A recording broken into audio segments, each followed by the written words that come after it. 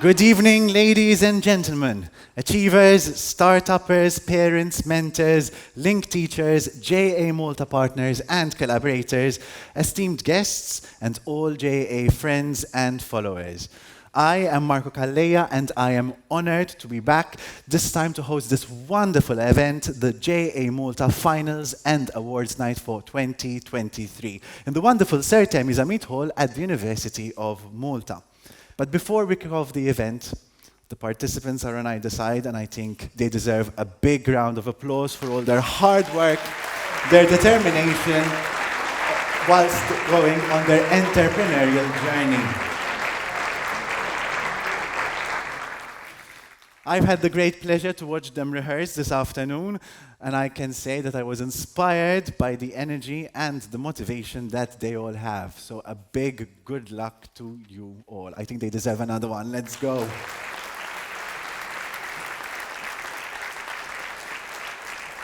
So let me explain what we will be witnessing tonight. So this event is the culmination of two JA Malta programs. The company program, which is the program where the students go on an 8-month journey. It's aimed for students aged to 15, 17, and throughout this program, they create and run their own mini company for 7 to 8 months. This includes the creation of products, the selling, the presenting, and the managing of their finances and so on. On the other hand, we also have the startup program, which is aimed for tertiary students aged 18 to 30, where they also form teams, but they identify a mission, come up with an idea, validate their concept, and develop their pitch all over the course of a week-long boot camp. Today, we have the opportunity to watch 6 finalists from each of the 2 programs, who were selected last week through the semi-final competition. Of course, there were 18 teams participating in the company program and 11 teams in the startup program, so that must have been a very difficult decision for the respective judges. Tonight, we are going to watch the finalists present, and we are going to announce a few new awards and sponsors. This year, the number of awards has gone up to 18. So, let us see the awards for this evening.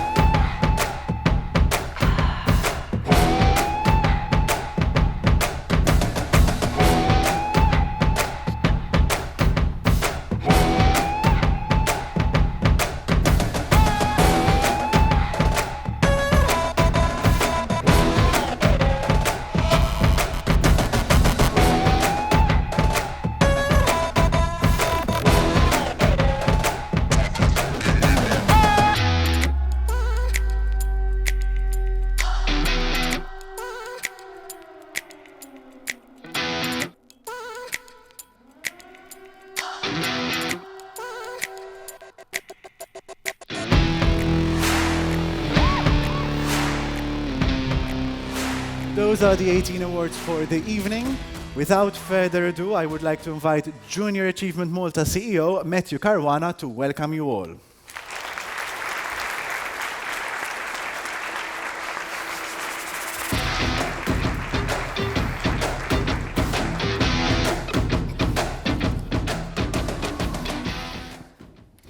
Good evening, everyone. Thank you for being here. I would like to welcome you all to this highly anticipated award ceremony by everyone in the team and the students, of course. Tonight we gather to celebrate a remarkable achievement from our outstanding students who are obviously supported by our dedicated teachers and mentors. First and foremost, I would like to express my heartfelt appreciation to all the students who have participated in these programs. Each one of you has demonstrated an incredible passion, determination, and commitment to your personal growth and development. You have embraced the challenges that we and the program presented to you, conquered your fears, especially even tonight, and emerged as confident young leaders. Tonight, we applaud your hard work and applaud your extraordinary impact you have made on your lives. This is true not only for the 12 finalists presenting today, but to all the 29 teams that I hope all felt that they got the opportunity to learn and experience new challenges. They have seen their products being sold. They have faced an audience, sold their products, and this is obviously no mean feat for them doing this the first time. We have presented also the teams outside and on the walls with their faces, as they all deserve a mention. I would like to extend my deepest gratitude to the dedicated educators and mentors who wholeheartedly support our mission year on year. Your relentless dedication to shaping the future generations is truly commendable. Through your guidance, mentorship, and encouragement, you have empowered our students to dream big, to believe in themselves, and to reach for the stars. Your unwavering commitment to excellence inspires us all, and we thank you from the bottom of our hearts. Beyond the programs today that we're celebrating today, I would like to emphasize that Junior Achievement Malta is not just 2 programs, and it's not just a one night of awards. As Junior Achievement, we have accomplished so much more, and our impact extends far beyond this event and these programs. Hence, also the painful rebrand from Young Enterprise to Junior Achievement as to enlarge our spectrum of target and impact. I would like to take the opportunity to highlight some of our remarkable initiatives and achievements of JA. Firstly, our commitment to financial capability. It's at our core of our mission and as one of our main pillars. In collaboration with JA Worldwide and HSBC, as part of the Building a Financial Capable Generation, we have reached over 500 students this year and over 1,000 in the past 3 years, with practical, interactive content, a mobile game, and a national innovation challenge. I would like to take the opportunity to wish a big good luck to our Malta team from St. Martin's College, who won the local challenge and will be competing in the Global Innovation Challenge on the 31st of May. So maybe we will get the Global Award back to Malta after winning it 2 years ago.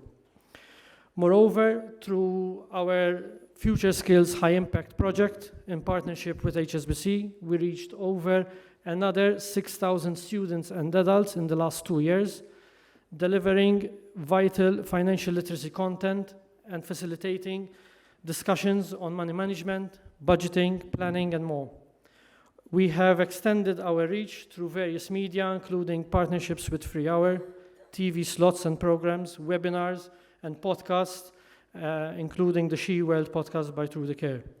Through this project, we extended our reach to all ages and tackled the subject matter also thematically with professional athletes, the creative sector, pensioners, young adults entering the workforce through their induction courses at different companies, early school leavers, ex-prisoners, drug addicts, the community police, and much more.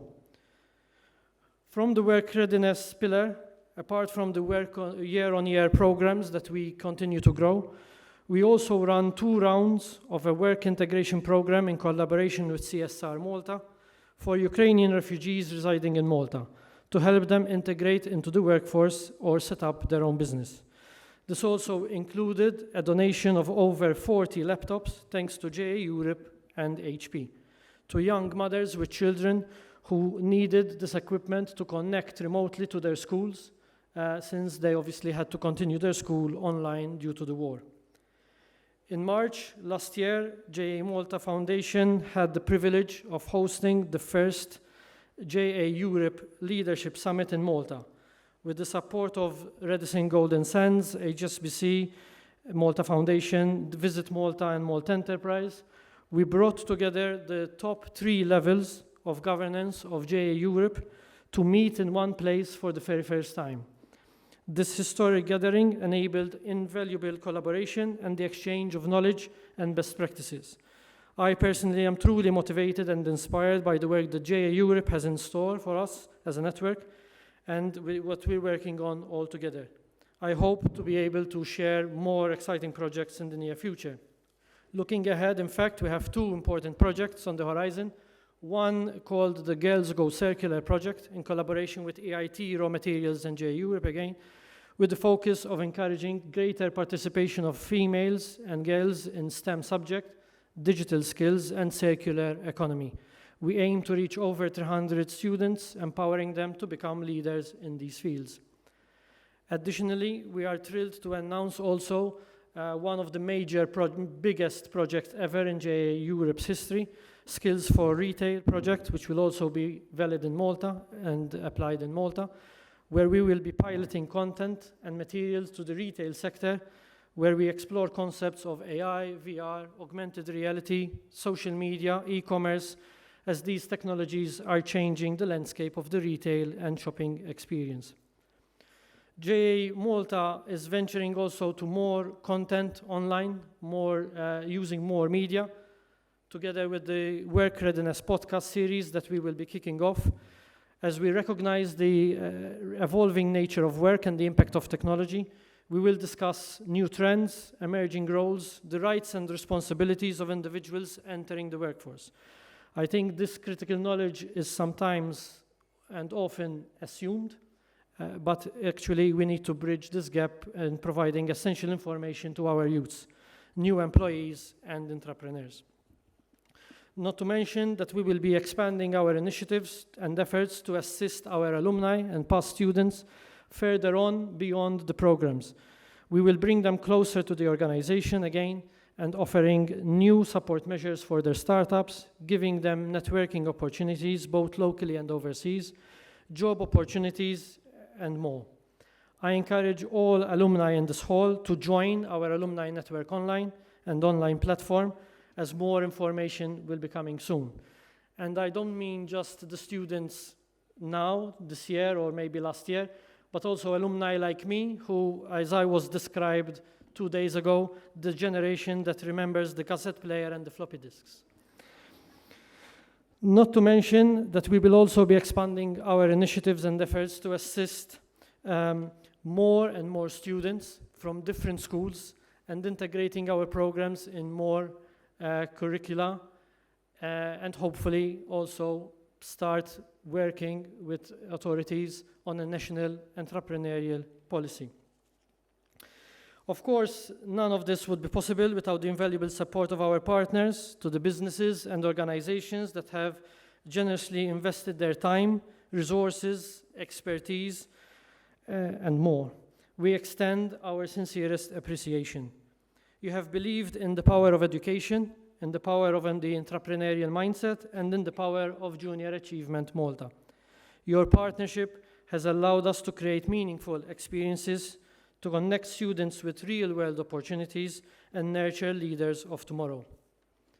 As we said, today we celebrate not only the accomplishment of our participants, but also of all their transformative impact as part of our programs.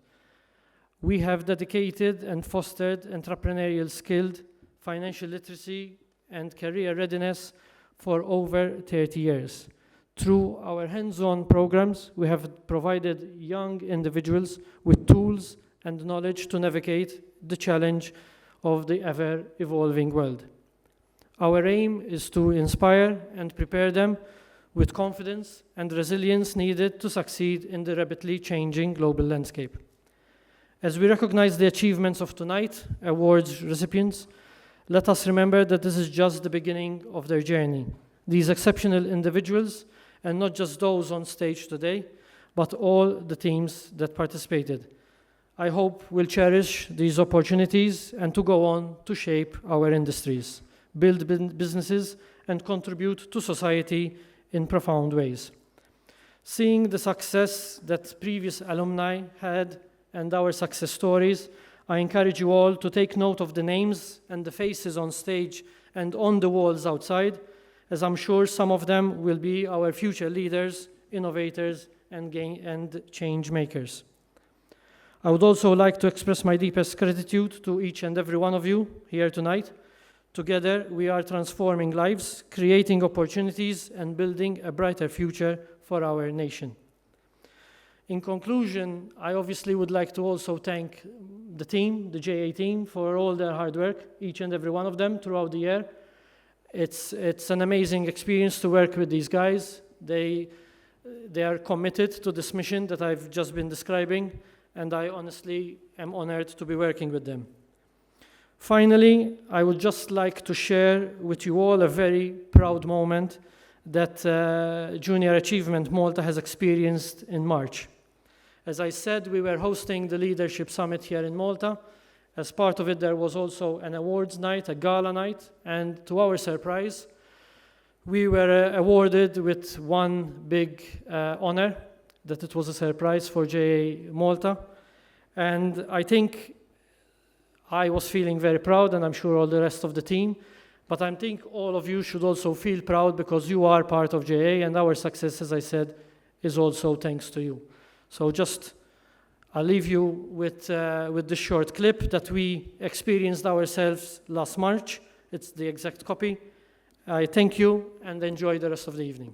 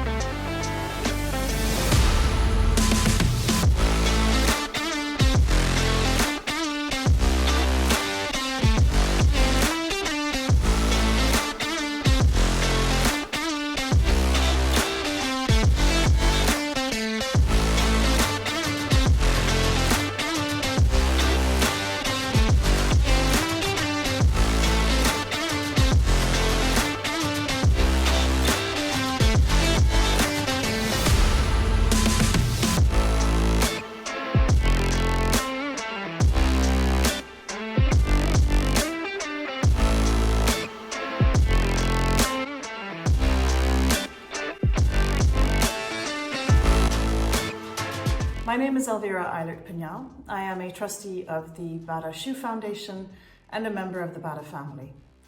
On behalf of the Bada Shoe Foundation and the jury, we'd like to congratulate JA Malta for winning this year's Thomas J. Bata Award.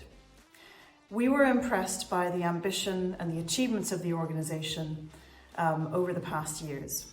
This has included feats like rebranding the organisation and also hosting the first JA Europe Leadership Summit just now. We're indebted to the leadership of the organisation, of course, for achieving this reward. And that organisation, the board of JA Malta, is chaired by Chris Vassallo Cesario. And we also want to note, of course, JA Malta's CEO, Matthew Caruana. It's a wonderful treat for me to be able to share these congratulations with the organisation. It is one of perhaps the smaller but more significant achievers that we have seen. Not least, we can see how one of the alumni has reached such soaring heights as being the President of the European Parliament. Of course, I'm talking about Roberta Metsola. It's really a delight for me to share this news. Thank you very much, and I wish you all a very pleasant award ceremony. Thank you, Matthew. Well done, JA Malta. And now a short video message by JA Europe CEO Salvatore Nigro. I was there just a few weeks ago in Malta. I enjoyed so much your beautiful weather, the people, but the entrepreneurial spirit of this country. And this is reflected in the fantastic business ideas that all of you are presenting. JA Malta this year, if you don't know, but I'm sure there is some buzz around, has been selected for the Thomas J. Bata Quality Award, the best of the best of all our member nations across Europe. Congratulations to JA Malta, to the CEO Matthew Caruana and the chair Chris Vassallo, together with all the board, the staff and the alumni who are doing an amazing job, as you can certainly see it. And thank you to all the partners who are making it this possible. Remember one thing, we are here preparing Gen E 2023 online at www.gen-e.eu. gen-e.eu. Well, you can all enter into the virtual space, the virtual expo, and guess what?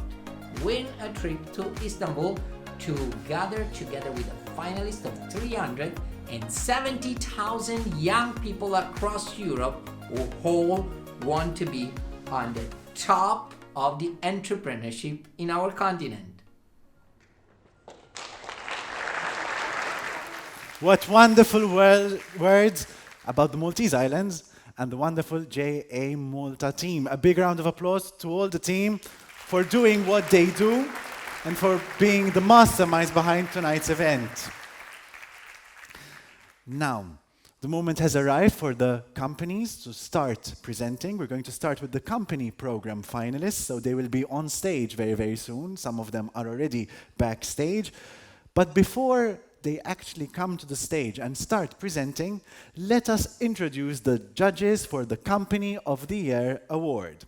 The judges are Michael Zarp, Director at Deloitte; Steve Alul, CEO Project Green, supported by Katrina Kushkiri; Mariella Vella, Department Manager at Jobs Plus; Christina Gallia, CEO at Costa Coffee Malta; Nick Schwierep, Chief Financial Officer at Tolly Limited; and Sarah Cardona, Head of Risks and Controls, HSBC. A big round of applause to our judges. We have a very, very, very difficult job tonight. To get here, all the teams had to present a final report, a video, delivered a presentation, and underwent a grueling interview process. Today's winner will represent Malta at the Gen E Festival in Istanbul, Turkey, competing with another 42 countries. So let us meet the 6 companies who made it to this evening. The 6 finalists are Arca, Be Wrapped, Colori, H2Low, Lightbridge, and Young Culture Malta. A round of applause. Before the moment that our finalists have anxiously been waiting for. Are you ready? Are you ready, finalists? I think they are, they're breathing. So, the first 3 finalists for the evening, they are the ones who are going to start presenting. These are Arca, Be Wrapped, and Colori. A big round of applause. Good luck.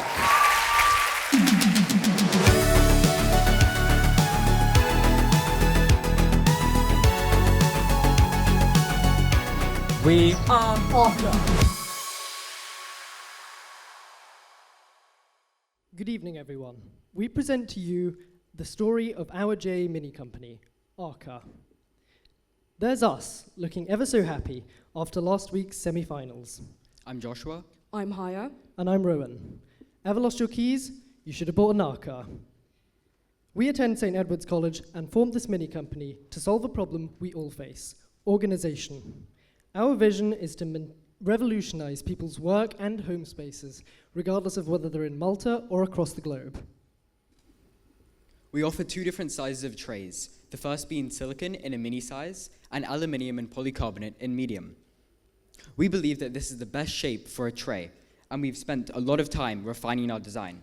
They complement all spaces and offer a variety of options that can be filled with. We took time to iterate our design over the first few months of JA in order to ensure the highest level of quality and durability for our customers. You can throw them in the dishwasher, put them in your car, and children can't break them. Our trays are highly customizable and can have custom colors as well as different materials. Our silicon trays are made via injection molding in a highly reputable factory in China, using a mold that we own with our logo engraved into it. We've cross-fitted a 2-stage quality control system. The first step is at the factory, after the trays are made, where the ones that don't make, that pass the fail, that pass the check, are sent to us, while the others are scrapped and recycled. Secondly, in Malta, we use mats, light bright lights, as well as gloves to ensure that all of our trays meet the highest quality expectations. Initially, we saw straightforward use for people in tech, but with valuable interactions with the public, we realized that Arca can be used by absolutely everybody due to its sleek and minimalistic design. We also talked to a bunch of people who kept giving us more ideas on how we could use Arca. We learned to negotiate international deals, prices with suppliers, and how to overcome production issues very, very quickly. And thanks to JA, we learned that starting a business is really not that difficult, even when you're working with these guys. We'd like to thank Ms. Geely and Ms. Rees-Jones for guiding us and helping us throughout this process, asking us questions to help us improve and always get good new ideas. Here's the sales data for Arca, showing its universal appeal and global demand. Our stall at the trade fair was very valuable and useful for us, and we're proud to have our trays sold at Il Local, a creative store in Valletta. On the first day of our Discord sales, we sold over 44 trays across 10 countries, and we sold out much faster than we anticipated, with our happy customers sharing our trays on social media. Over on Instagram, we sent our trays to these tech influencers who introduced Arca to a broader audience. Arca trays subsequently reached over 800 accounts from 5 posts, with 29 saves across these and 500 likes. On Discord, we posted slick adverts on various tech and keyboard forums alongside Google Forms links for placing orders. Whilst this was our original target market, we quickly expanded into restaurants, hotels, and home organization. So the future is looking incredibly bright for us. With greater scale for production, we learned how to have vendors all over the world in Italy, the UK, Singapore, Malaysia, South Korea, Australia, and the USA. With more competitive pricing due to reduced costs, and also we believe that our brand, created and incubated in the island, has great potential to be a household name. And don't be surprised if you see Arca trays in top hotels, restaurants, and homes in the next 5 years. We see ourselves as the #1 tray organization company, and we hope you can join us on our company together. Thank you.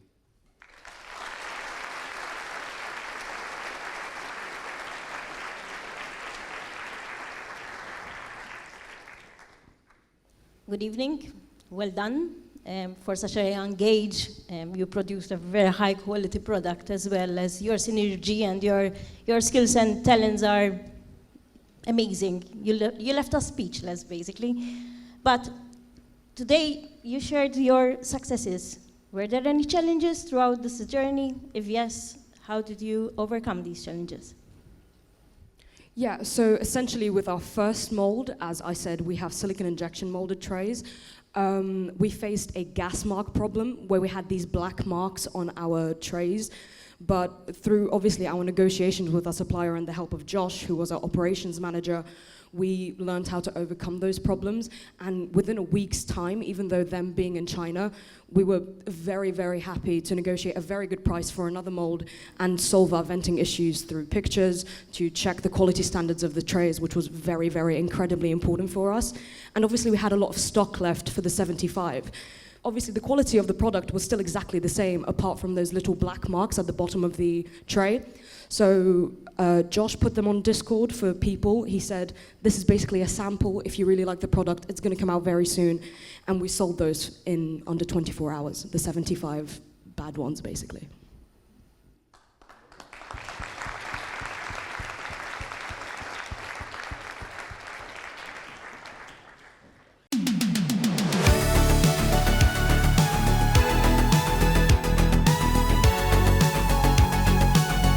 We are Bira.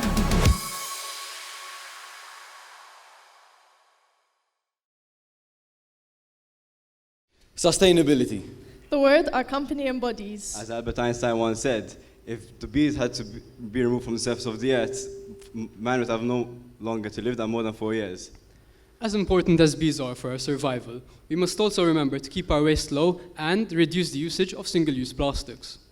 This is why we created Be Wrapped, a company consisting of 5 St. Aloysius students, each with their own individual attributes, contributing to the whole company. So Thomas, what's the idea behind Be Wrapped? Well, this concept came about with the intention of creating a more affordable and sustainable alternative to single-use packaging. A shocking 17 kilos per person per year of cling film is used all around the world. Seeing this, we knew that we had to take action. Our product was created with 100% cotton cloth coated in a blend of organic beeswax and jojoba oil, offered in an assortment of shapes and materials. They are reusable, breathable, washable, and compostable, while also keeping in mind our core value, sustainability. We have also created a number of videos of behind the scenes and several facts related to our product. These can all be used and found on our social media platforms. We did this so as to raise awareness about our sustainable method. And also, we locally sourced our beeswax, but we did not just do that. We also filtered it in-house so as to ensure superior quality. Throughout these past few months, we've had quite the journey. Our first success was creating an innovative product idea which gave us an edge over the competition. We took our time to test our product with several materials until we were satisfied with the final product.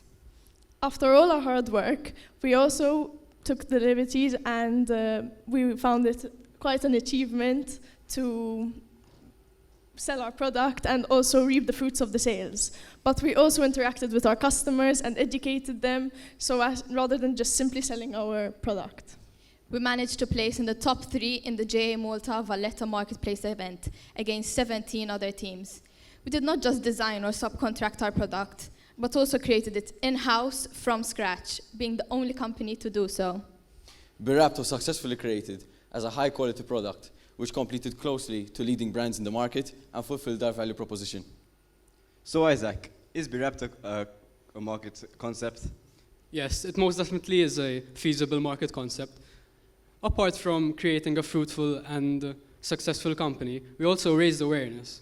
We managed to obtain a total amount of sales of 865 euros. Our net profit after tax was 282 euros, and Be Wrapped broke even on its 31st sale. We also managed to obtain a gross profit margin of 60%.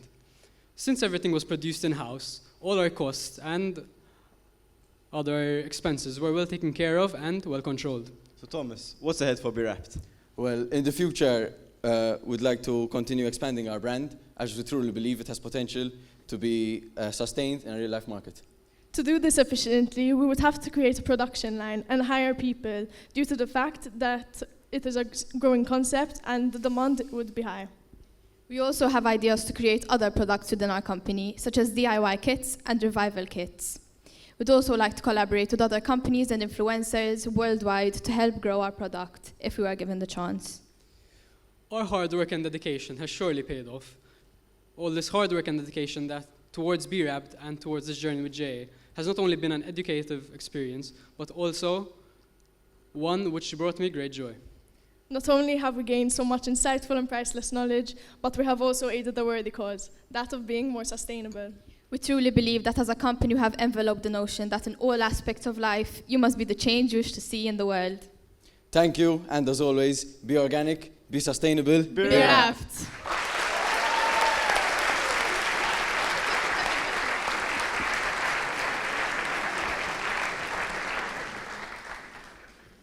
First of all, well done, excellent presentation, an amazing product, looking at sustainability, which is obviously a key aspect in today's world. So, question, if you had to win today's competition and you'd be representing Malta in the European competition, what would you change to improve from your presentation, from your annual report? What's the one thing that you would try and do differently to help you to win even then a European competition? So in regards to our annual report, we were given feedback that it was a bit difficult to follow as someone who isn't part of the company. So we believe that we need to do more research as a company on how to create a proper and structured business annual report and be able to do one that can be easily followed by everyone. If we win today's competition, We believe that we could represent our nation abroad and be proud of our product. And also in regards to our product, if there is anything we'd like to change, we'd like to improve our packaging, because obviously as a JA Malta mini company, we're quite limited with our expenses. So we'd like to improve it and make it more professional worldwide. Thank you. Thank you, and well done.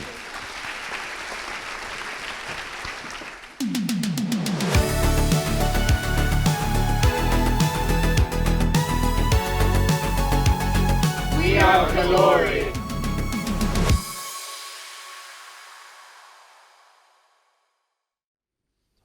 Good evening, everybody, and welcome to Kalori's final report. Does this situation look familiar? You've got too much on your workload and you're starting to get stressed? Guess what? You're not alone. 68% of the Maltese working population in Malta experience stress. We founded our company to provide a solution. Here you can find our mission vision statement, which you can reference throughout the presentation. Here's our operation timeline. We sold consistently throughout. However, December through March are more B2C oriented, whilst March to April more B2B oriented. That is why the numbers differs. As for our quality control, all designs were created by our own team and vectorized prior to the printing processes. The prototype given by our suppliers always inspected prior to the stock query, and after gathering some customer feedback, we adapted our code accordingly. And here you can see the journey of our product, and as you can see, we also offer customization to our clients. As sustainability is one of Kalori's main priority, everything from our transport to the material used for our product is eco-friendly. We've received exposure through many different ways. For example, after winning our award in Latvia, we received an article in the Times of Malta. For our Valentine's marketing campaign, we conducted a raffle to clear out stock of our old cover to make room for a new cover, and the winner was announced on social media. Our social media statistics from the last 90 days prove to us that the more focus and attention we bring towards social media, the more our brand awareness and brand value increases. Sales. We managed to sell 487 books in total, and most of these sales were made in the month of April, and that is because of the B2B sales. Here's a B2C sales breakdown of our company. Most of the B2C sales were made in the Winter Fair, and also we managed to secure some B2B deals in the Impact Fair by Academy of Givers. And here are some of those B2B deals.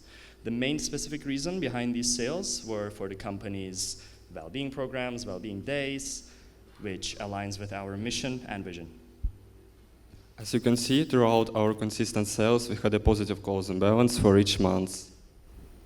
We had a net profit of €1,350. After paying Jay their corporate tax of 20%, we were left with €1,080. This was then donated to the Richmond Foundation to fulfill our original pledge and achieve the goal of our mission statement, which was to raise mental health awareness whilst educating people about the Maltese culture. Here you can see some of our achievements, our main one winning the Best Video Advertising Award at the International Student Company Festival in Latvia. The outcomes from Latvia have been remarkable, showcasing a potential for going global. Our team has learned to work together within a real-world setting. Moving forward locally, we plan on making new editions of our book, for example, Maltese Festas. In addition, we plan to expand to local franchises and corporations. This is an example of a potential mock-up for a future B2B sale. After sustaining a positive and profitable base in Malta, we hope to go international. Below you can see adaptations of our cover and designs that fit each team member's individual culture. This is to see what our book would look like in the hands of other countries. And remember, if you're ever stressed, don't scream and shout, color it out!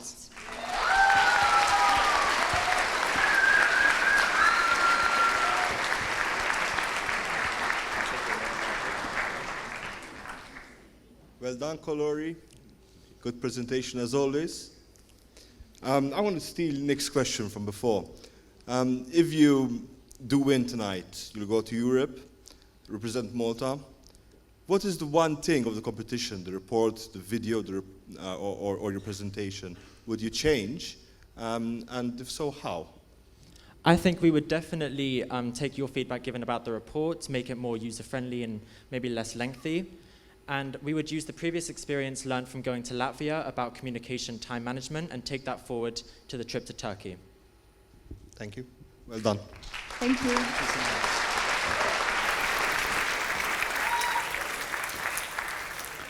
And those were Arca, B-Rept, and Colori, the first 3 finalists. A round of applause to the 3 of them. And next up, the second 3 finalists who will be presenting now. These are H2Low, Lightbridge, and Young Culture Malta. Good luck.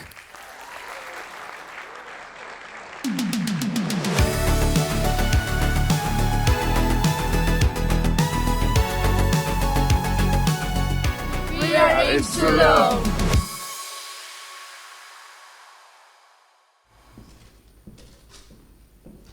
Ġiġa spiċċa. Please insert bottle. Please remove bottle.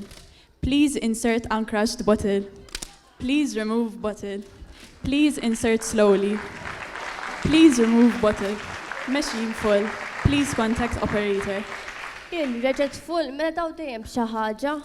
Ma di taf tuża for one bottle. What a waste of time. I could have gone to Costa for a coffee. U jien li tajt qalbi minnhom daw, aqbadhom irixtru minn dawk tal-H2Low, xejn tifranka 10 cents u anke tgħin l-ambjent. Hi, we're H2Low and we have the perfect solution for you. Our 2-liter bottles are reusable, portable, accessible and visually pleasing. And you only have to fill them up once in the morning to have enough water for the whole day. Our bottles have time markings on them from 7 a.m. to 9 a.m., which allow you to track your daily water intake. And they also have a strong handle, which makes carrying them around much more convenient. Now we are emphasizing the importance of drinking 2 liters of water because of the various health benefits, some of them being increased focus, improved skin health, aids in weight loss, and slows down the aging process. Throughout this competition, what made us stand out was our bottles' quality, their price, which was $12.99 and considerably cheaper than our local competitors, their durability, our excellent service, free delivery throughout both Malta and Gozo, unlike our own local competitors who charged extra, and our competitiveness throughout the whole process. Our mission statement is, and always will be, to create harmony between hydration and health. Each member in the team had their own responsibilities to ensure the smooth running of the company. However, since we are quite a relatively small team, we had overlapped roles to ensure that we manage the workload more efficiently, which in turn improved the service that we provided to our community. Now we wanted to show you this customer review because we feel like it sums up our customer satisfaction. This customer praised us for our bottles being very durable and good quality and for having a great price. Now we are proud to announce that we sold 514 bottles in less than 2 months, which is just incredible. Now, as for stall locations, after so much hard work and determination, we managed to set up stalls in the following locations, amongst them Valletta, Slima Promenade, Main Street Shopping Complex in Paola, Marsa Schlock, Birgu, Bay Street Shopping Complex for a whole weekend, and to end off with a bang, we went to the Point Shopping Mall too for a whole weekend. As for collaborations, to further gain exposure and create promotions for our bottle, we decided to collaborate with Maltese influencers, where we could give them a bottle and they would post with it. We are proud to say that we successfully collaborated with Shona Bella from Vibe FM, Naomi Shikluna from Free Hour, Ira Losco, Ilenia Spiteri from 89.7 Bay, Amy Borch from Malta Daily, and Destiny. Now, onto the finances, we made a total of €6,676 in sales, and our net profit totals to €1,190, and this is with the direct expenses, wages, and tax deducted. Now on to future offerings. We will be looking into local production of our bottle, more sustainable material, more collaborations and community giveaways, expanding locations, and possibly even setting up stalls in Gozo. Thank you on behalf of H2Low. We hope you have a lovely evening.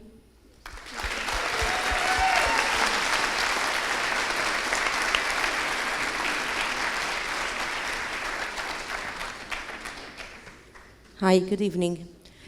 First of all, well done on today's presentation and on your enthusiasm throughout. So I've seen that during the marketplace in Valletta, and it comes across. Your enthusiasm is very contagious. I wanted also to highlight the Instagram post, which I've seen, and your collaborations with influencers, and I had seen that post on Facebook as well. What I wanted to ask you is that there were some comments on that post which were not very positive on that same post that you mentioned on the screen. How best do you think to address such critical comments on social media for the future? Thank you. I mean, positive criticism, it's good. Like, it's not necessarily positive, but it does help us realize what our audience and target audience want. So as for addressing it, we would possibly look into local production, but we wanted to bring a bottle which was of a good quality and standard, so we did that part on our end. Exactly, and we spoke to the client directly and we addressed the issue. It was a small error because she forgot to lock the bottle, and it was resolved immediately in the best way we could. Thank you.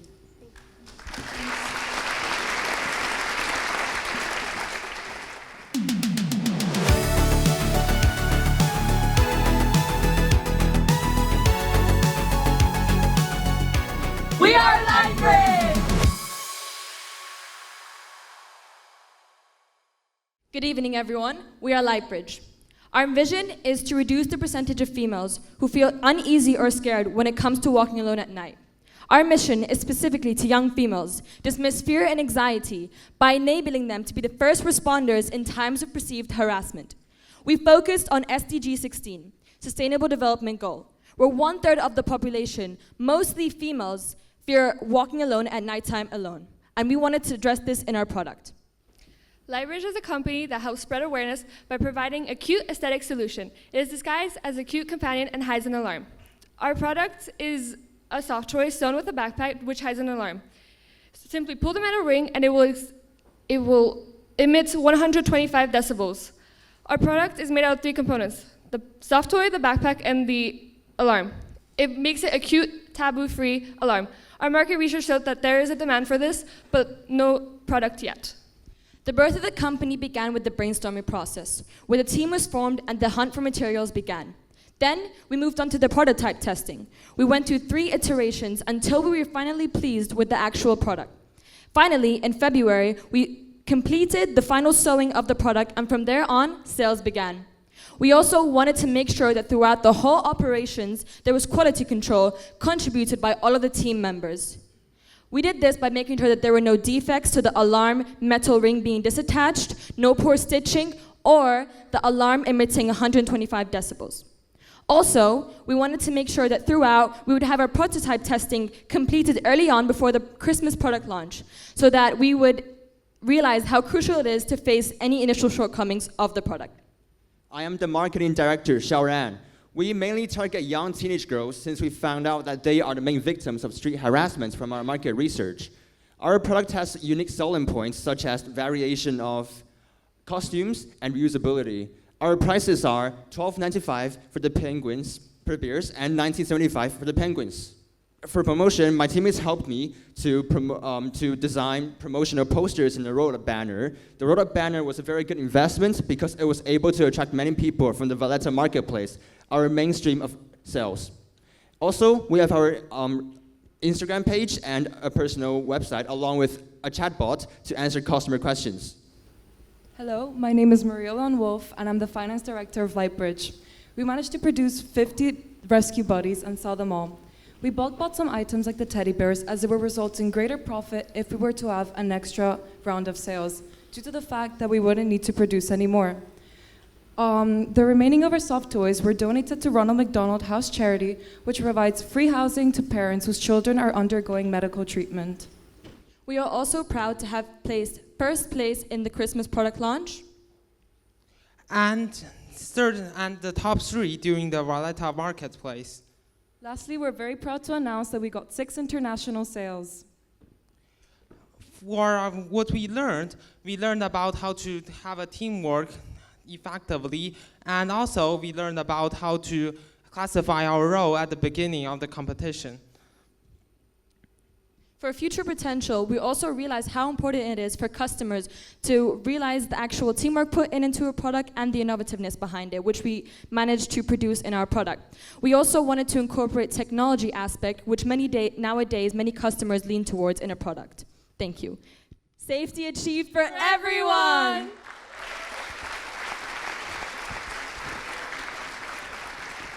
One quick question. First of all, it's a very interesting segment, not just of the market, but also for society at large. So I think it's quite a noble cause, and kudos for you for actually ticking the box on this front as well.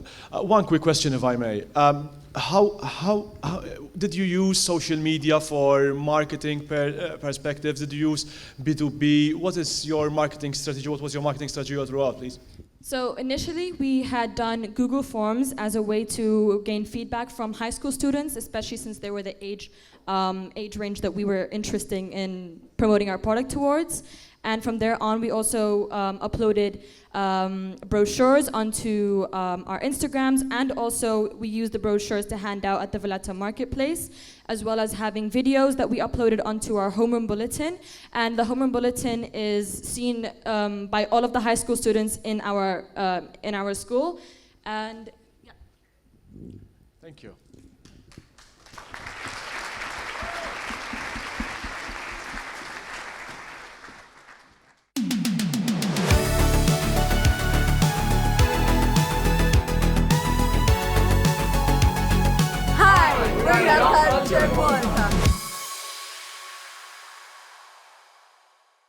We are Young Culture Malta.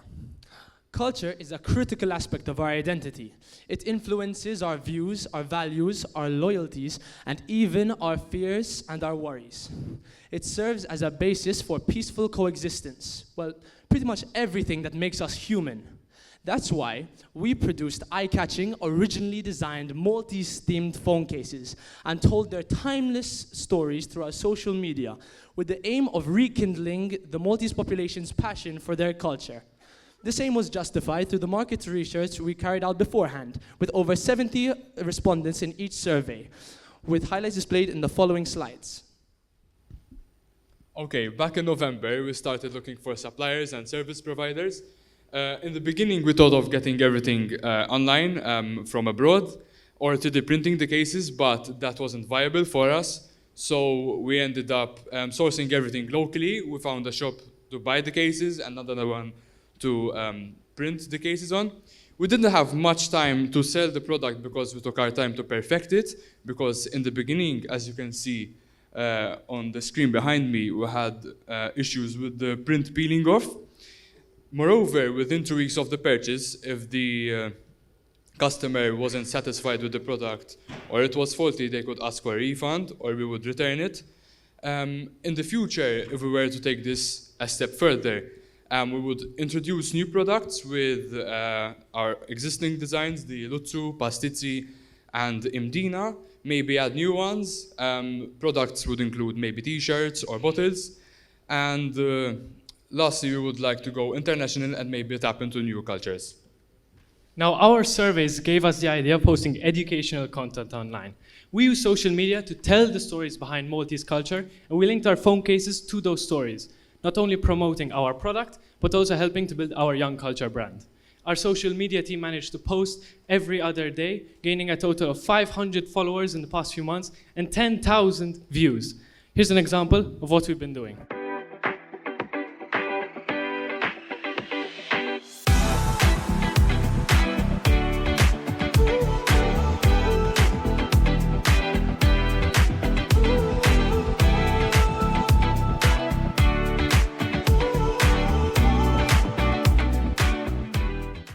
On top of that, we sold our phone cases on all of our social media pages.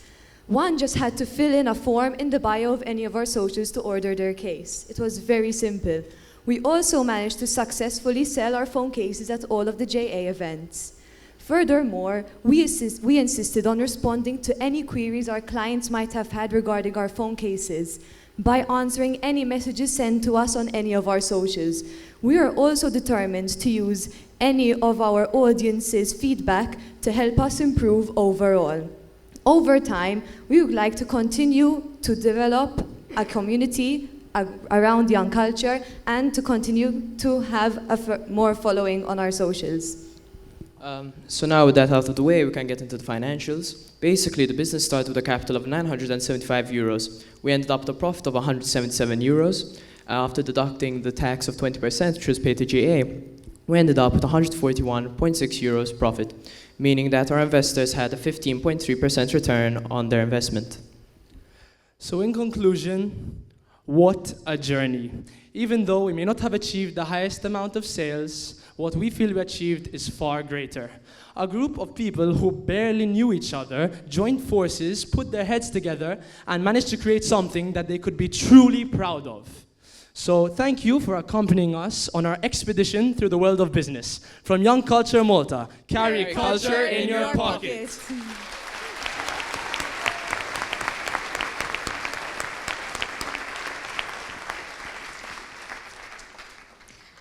So, congratulations, first of all. It's definitely a great achievement to be here. And well done on creating a product which is, just a playful way to keep culture alive amongst youths, which cannot be easy.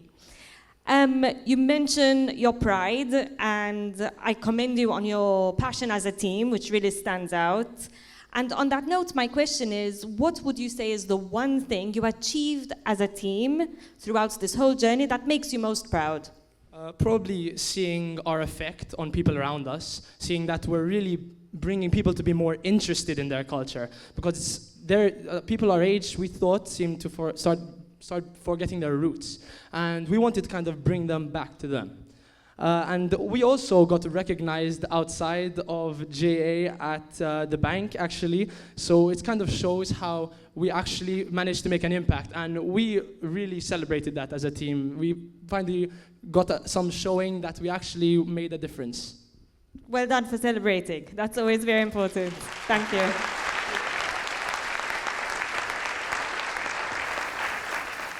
Those were Young Culture Malta, Lightbridge, and H2Low. I don't know about you, but I'm totally blown away by the creativity, passion, and drive of these young entrepreneurs.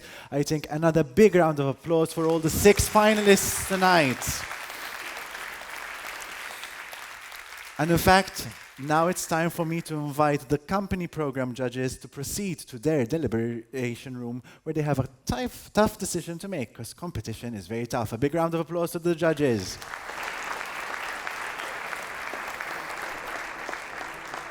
And as Matthew said before, these programs are possible thanks to the sponsors and the partners, the collaborative partners of J Malta. The company program sponsors include HSBC Malta Foundation, Deloitte, Farsons, Atlas, EFQ Management Consultants, eSkills Malta Foundation, Trade Malta, Mitzi Organization, Finance Malta, and Healy Ventures. All these have supported the program throughout the year. A big round of applause to our sponsors. Now it's time to go on to the second program that we're going to discuss and witness tonight. The moment has now arrived to learn more about the Startup Program finalists. Basically, the Startup Program is also delivered with the support of partners, sponsors, mentors, and teachers from the students' respective schools, who volunteer their time and resources to support these programs. This year, the Startup Program was held in an intensive hands-on bootcamp format. This means that our enterprising students have managed to come up with these wonderful ideas in a very short time. This program asks the students to come up with a business plan, unlike the company program, that saw the students produce and sell their products. But before we actually get to meet the 6 finalists tonight, I would like to first introduce the judges for the Startup Program, who are Darren Patch, Associate Director at EY Malta; Leone Baldacchino, Senior Lecturer at the Edward De Bono Institute for Creative Thinking and Innovation; Joe Kakia, Head of Propositions and Customer Experience, HSBC Malta; Simonetta Mercia, Channel Sales Manager, Microsoft; and Jessica Camilleri, Financial Advisor at Firstbridge. A round of applause for our judges. Now, what did the finalists have to do? To reach this coveted moment, the Startup Program teams presented a pitch deck supported by a market appraisal document.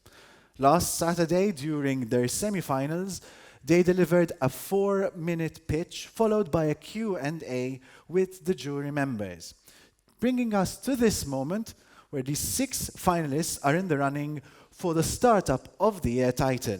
And then, The winner will represent Malta at the JA Europe Gen E Festival in Istanbul, Turkey. So who are the 6 finalists? The 6 finalists for 2023 are Malio, Mosaic, Praxipol, SafePause, Space Savers, and Studia. A round of applause, of encouragement. We are now going to start with the first 3 startup teams: Malio, Mosaic, and Praxipol. Good luck.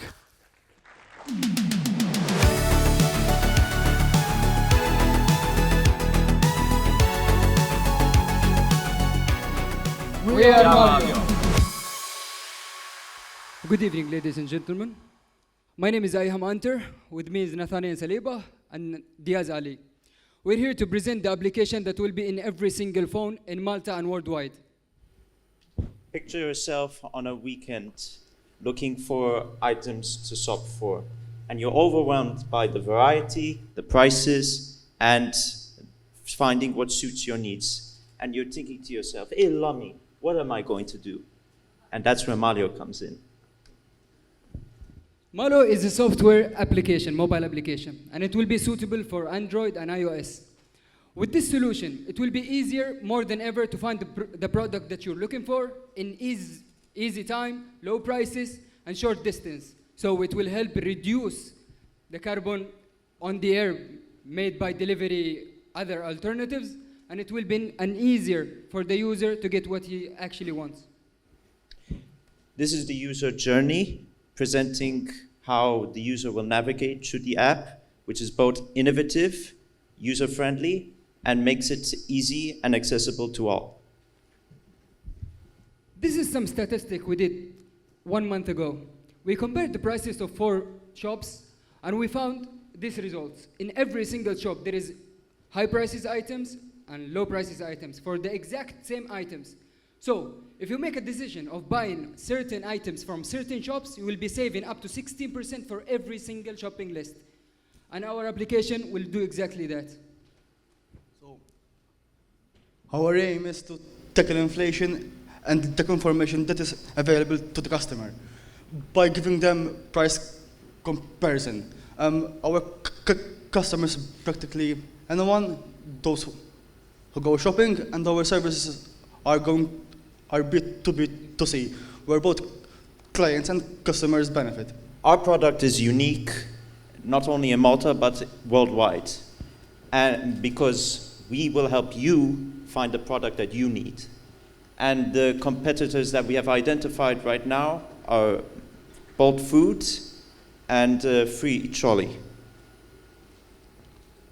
So this is our marketing plan. We have TV and social media ads, expenses awareness campaign, in-store ads, affiliate marketing, and in-app rewarding system. And also we are incentivizing our users to keep the app and update the prices. And our founding team is made specifically for this task. We have 2 software developers, me and Ali Diaz. We will be specialized in making this product come true. Either way, by the security systems, by the database systems, we will take full responsibility of every aspect of this application. And the third partner will be Nathaniel Saliba. He's a finance student, and this project is a heavily finance specialist, so we need him more than ever. So we have two income streams, our subscription model, and we estimate that around 50K users will have 190,000 annually. And the other model is the partnership model. Now, our premium users will save around 23 euros. That is 23%, up to 23%. And our future plans, we will start making this app by bootstrapping. We will put our own finance to it, but it will take some time, it will take some effort, because we're currently students, full-time students. And the things that will make it even faster, if you have a certain workspace where we can focus on, work on it all the time, a finance for the software and hardware that we will need to buy or rent or subscribe to make this project come true, and a mentor. A mentor will help us and guide us by his wisdom, by his experience in the market, especially in the finance side. And the next is MVP video for the product at the first glance. It's not in depth, but it's initially the product.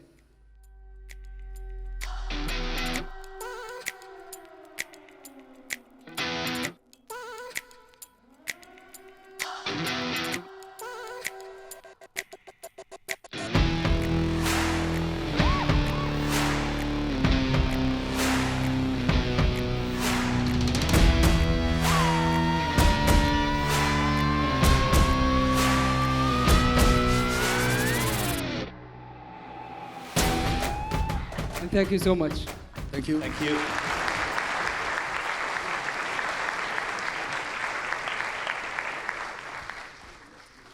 Hi, good evening. Really well done for your presentation and the energy as always. What would you think is the biggest risk you have to launch this venture? The biggest challenge? It will be the time, because in a very tight time frame and our responsibility as students, I think the time will be our greatest challenge. We will need to spend a lot of time developing this product, and we'll need somehow a lot of resources, especially in the marketing after we launch the product. But when it's ready, it will revolutionize everything, not just in Malta, but worldwide.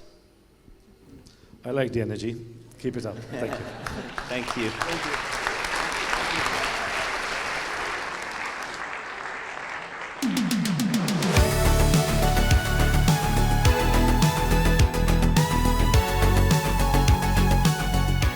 We are Mosaic. Good evening. So through our research, we found out that there are currently about 500,000 children in Europe who are diagnosed with cancer, Down syndrome, autism, ADHD, and type 2 diabetes. Now, children who are diagnosed with Down syndrome, autism, and ADHD struggle with different textures, especially with different materials, seams, and labels inside of the clothes, which makes them feel irritated and uncomfortable. Now, children who are going to treatment for cancer often have to spend a lot of time at the hospital. They also feel very cold and suffer from skin allergies due to the treatment. They also have something called the Hickman line, which is attached to a vein in the chest and is used to insert fluids and chemo. Now, due to this and many other medical interventions, they often have to take off their clothes, leading to them feeling cold and uncomfortable. Now, what all these children have in common is that they all benefit from adaptive clothing. The problem is that they are not easily accessible or fashionable. Growing up, I saw my cousin who has Down syndrome struggle to find the right clothing for her, often choosing something that she likes and is fashionable, but ending up not wearing it due to the fact that it will not have the right adaptive elements to it. And that is how the idea of Mosaic came about, and why our mission was to empower children through fashion. In solution to this problem, we have set up 100% organic cotton hoodies. We use organic cotton because it is softer on the skin and more environmentally friendly. We have set up 2 sets of hoodies. One set is for those diagnosed with Down syndrome, autism, and ADHD. These hoodies will have a double layer so that there will be no irritation of the seams. We also will have no tags or labels. The hoodies will allow an added benefit of attaching fidgets to the sleeves so that those that use stimming will also be accounted for. The second set is for those diagnosed with cancer and diabetes. These hoodies have removable patches distributed throughout. There is one present on the chest for the Hickman line, one is present on the shoulder for the glucose monitor, and one on the wrist for any IVs or blood works. The patches can also be bought separately to the hoodies to give children the opportunity to express themselves all the while remaining comfortable. These hoodies will allow our patients to be comfortable at hospital visits, and they also make them more efficient. They will be sold online and through pop-up shops in hospitals to give those children that are living in hospitals the experience of shopping in real life. The market consists of 500 million. 4,000 of them represent the Maltese market. Our startup requires a capital of 35,000. 10,000 of them will be provided by the founding members, while 25,000 of them will be provided by the equity investors for 15% of the business. We calculated that the wholesale price will be of €30, while the retail price will be of €60. After 3 years of operating, we expect the manufacturing costs to decrease to €15 from 20 due to bulky orders, and we expect our sales amount in 2024 to be 28,200, 66,000 in 2025, and 171,900 in 2026. And the break-even point will be at 1,200 units. In the future, we would like to expand our company in a number of ways by providing uniforms in schools. This is due to the fact that uniforms can be extremely uncomfortable, incorporating different types of clothing, such as undergarments and smartwear, targeting young adults, and going international. Thank you for listening.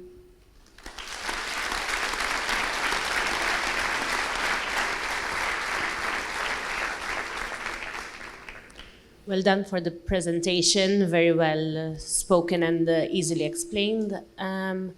One question for you girls. What sort of support should you be representing JA in Turkey? What can we help you with? Is there something that we can support you girls? I think during our process, one of the feedback that we have was that we need to improve on our financial plan, make it a bit more clearer, and I think that is something that we really want to work on. Thank you. Thank you. Thank you.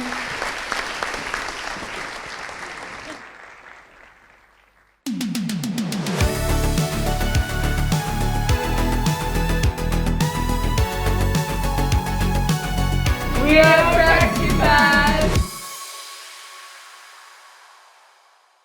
Hi, good evening. We are Praxipal. Our startup company focuses around dyspraxia. Now you might ask, what is dyspraxia? Dyspraxia is a movement and coordination disorder. When the brain sends a message to the muscles, there is an interference and you're not able to do it properly. Our pain is that there is no community and awareness about dyspraxia in Malta. When you are undiagnosed with dyspraxia, people might call you lazy and clumsy, and this is something that we want to change. There aren't many places where you can get help, and we want to create an affordable place for people. Our solution is to make a one-stop shop website. So this will be done by providing information given to us by medical professionals, and also providing educational how-to videos for not only the children to understand how to do certain movements, but also for educators and guardians that will be able to understand how to teach the children by using an imitation technique. This, we hope, would be affordable for all children so that they can have a better life. We also include toys which will be placed in the videos, and you can end up buying after from our website. This is a prototype of our website. Apart from selling our subscriptions to the videos, we'll also be providing a whole range of products to help children with their ability and movements.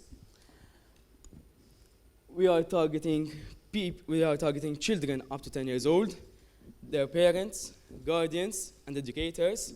We are also partnering up with some of the best people in this industry to host several workshops around Malta, especially in schools, to raise awareness as much as we can.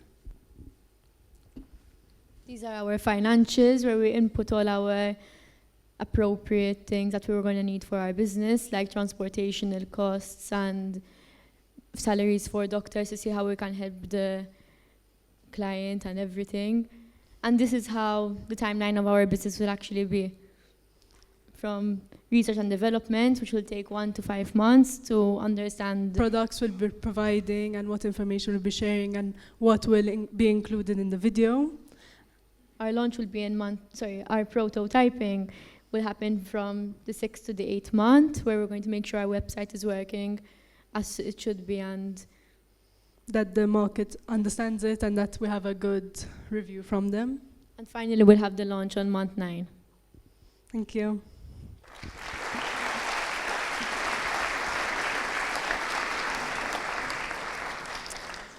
Thank you, and well done for the presentation. So one thing which is important to thrive in business is to focus on customer experience, to listen to the voice of the customers, to see what they are saying about the service you're providing, about the products you're selling. What are you planning? How are you going to measure customer experience? So we are planning to have post-experience chat box where you could provide all your views and also show how your child is progressing throughout using our information and all the stuff that we provide, to make sure, and not to show us only, but to also show other people that what we are giving and our service is actually useful and can work. Thank you.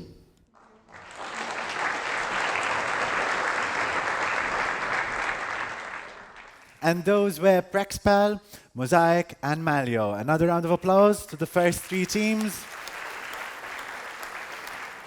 Next up, the other three teams are SafePause, Space Savers, and Studia. Good luck.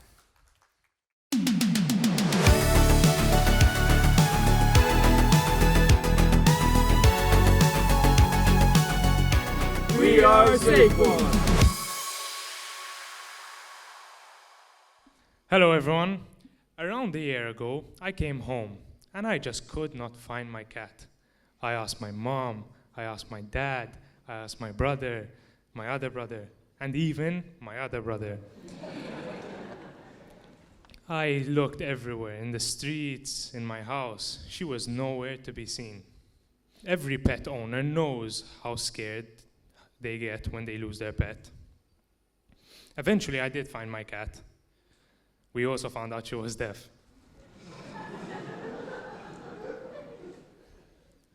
One in 3 pets are lost at some point. The government chip is not enough. Our solution is a GPS tracker that connects to the majority of collars and harness. And using an app on your phone, you will be able to track the location of your pet wherever, whenever.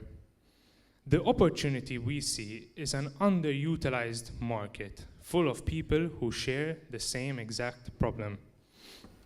Clearly we have competition. This is not a new idea, but what we do differently is how we sell it. We have 2 competitive advantages, the short term and the long term. And to get into the short term, we made sure that our product is as good as it can be. How? Technology has advanced. These guys behind me, these brands, their product is outdated. Their battery is at best 5 days. We've got that up to 15 days and confirmed it with our suppliers, which is an incredible short-term advantage because at the end of the day everyone can do it, but it's something to differentiate ourselves with. Our long-term competitive advantage, what we want to build the business itself on, is actually positioning ourselves as a brand. Not a product, a brand. Big difference. In our case, we're going to be going through the communities, the Facebook communities, all based around pet lovers, which are massive here in Malta. And we're going to be creating content as well as helping them out, being active inside these communities and building trust inside these communities for our brand, being more than just a product. Next is our market approach. We're going to be selling direct to consumer. We need to protect our margins. And we're going to be selling through our website online. Our business model is divided into 2. We have 2 main revenue streams, one of which is less profitable, the other one is much more. The first is the tracker. Actually selling the tracker itself obviously generates revenue. But the important part for our business is the subscription. For the tracker to work, you need to pay a monthly subscription to an ISP, Go, Melita, for the SIM card to be updated with data. We're going to add an extra layer on top of that, which is direct revenue to us, but packaged as one monthly cost to the consumer. What we're doing right now is understanding the market through quantitative, qualitative analysis. We've understood what people are facing, what this problem is. We've rolled out surveys, we're actually concluding and getting things together. We're understanding who our customer is to keep him in mind, and as they say, keep a picture of him at your desk whilst you're working. Finally, what we need. What we need are not startup costs, but a line of credit. Something that is very contingent on our future partnerships, but it's something that is obviously very important for us to continue to operate and scale as we'd like to. This is us. Darren is not with us. He had to continue family business and could not continue with SafePOS, but he's partly responsible for everything we've done, so we wanted to mention him here today. Thank you, everyone, and so enjoy the night.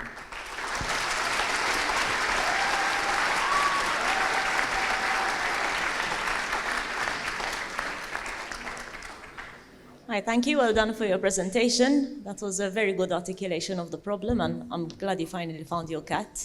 I'm interested in how the idea evolved. So you identified the problem, and you came up with an idea for a tracker, I presume. So how did the idea evolve to the place you are now? Our main priority, as you're saying, is understanding the real problem people are facing. And it's not actually losing the pet. It is the peace of mind. That is the real problem we are understanding and what people are expressing to us. Illi the peace of mind, illi at any point in time, if I'm worried where my cat or dog is, I can press a button, see, he's there. I know where he is. He's escaped, okay, I know where he is, I can find him. And that peace of mind is something we're going through the process of valuing, trying to understand, so that we can obviously adjust a product that is within the same price range that they value it at. Okay, thank you.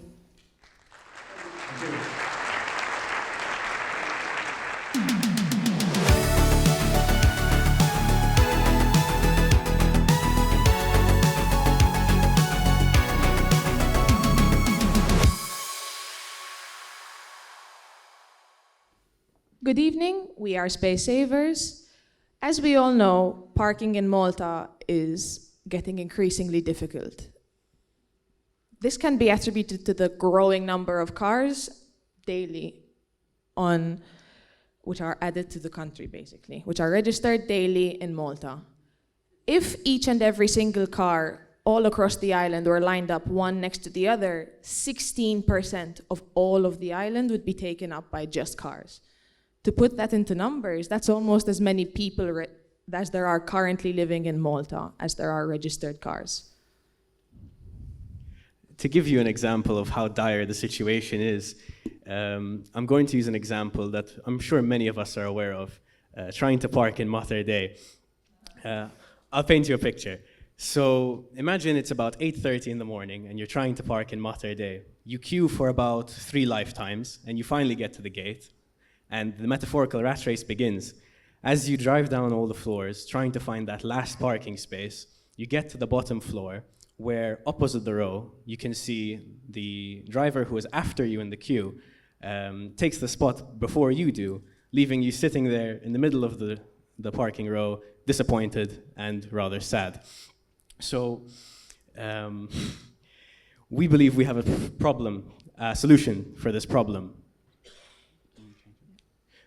We have a unique combination of hardware and software designed in-house that we believe can solve this issue. We have created a set of parking sensors and some software to manage it. Through the use of our parking sensors and software, we believe we can end the rat race by having drivers be guided through turn-by-turn navigation to the last spot, ending the rat race and the mini F1 Grand Prix underground.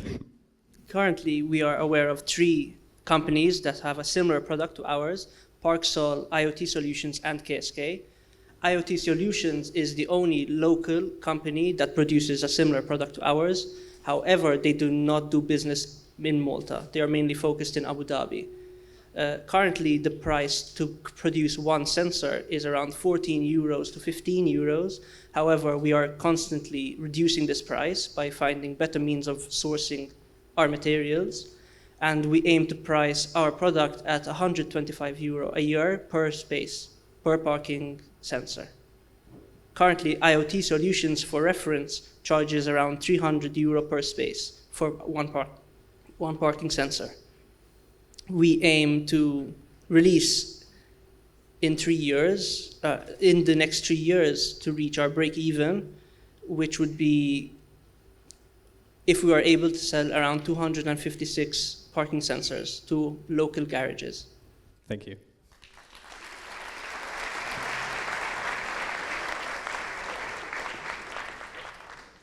My question to you is, what's the biggest challenge you faced throughout this journey? And how did you overcome it together as a team? Funnily enough, the biggest challenge we faced was actually working together. We were already friends before, so it caused for quite a lot of clash. We went through about, I think, 4 different ideas before we came to this, and each and every single idea was, all of the issues were brought up by our teammates, by each and every single one of us, and our mentors.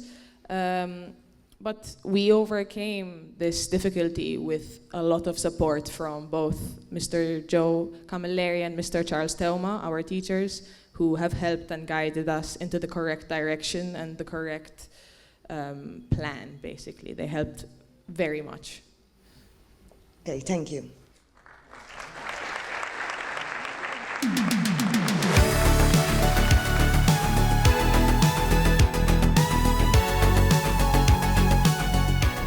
We are Studia.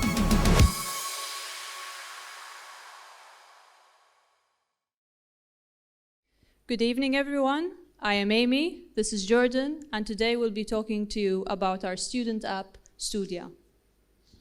After conducting a questionnaire within students and sixth formers, we found that 3 in every 5 students suffer from time management, whereas 55% of students suffer from writing their assignments and dissertations because they feel alone while doing their assignment. So, taking these student concerns, we came up with our 3 main features in our app. And the first and most important feature is the time management feature. This feature enables students to input their tasks, and the algorithm generates a timetable so that students know how to manage their tasks. Our second feature is a notes and templates feature, where students are provided with templates to guide them on how to write academically, and a list of tutors they could resort to should they need. Our third main feature is study areas, where students can engage in a community studying experience by going to student-friendly study areas where they can study in a community environment. This way, we would be bridging the gap between students who do have time management skills and those who don't.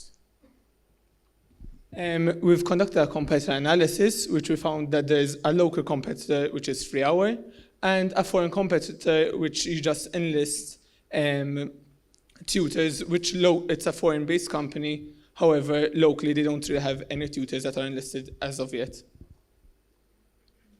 These are our 3 main target audiences. We are going to focus on secondary students, sixth formers, and bachelor degree students. We'll also be focusing on Erasmus students, as I myself was an Erasmus student, and I know how difficult it is to actually overcome the challenge in a foreign country.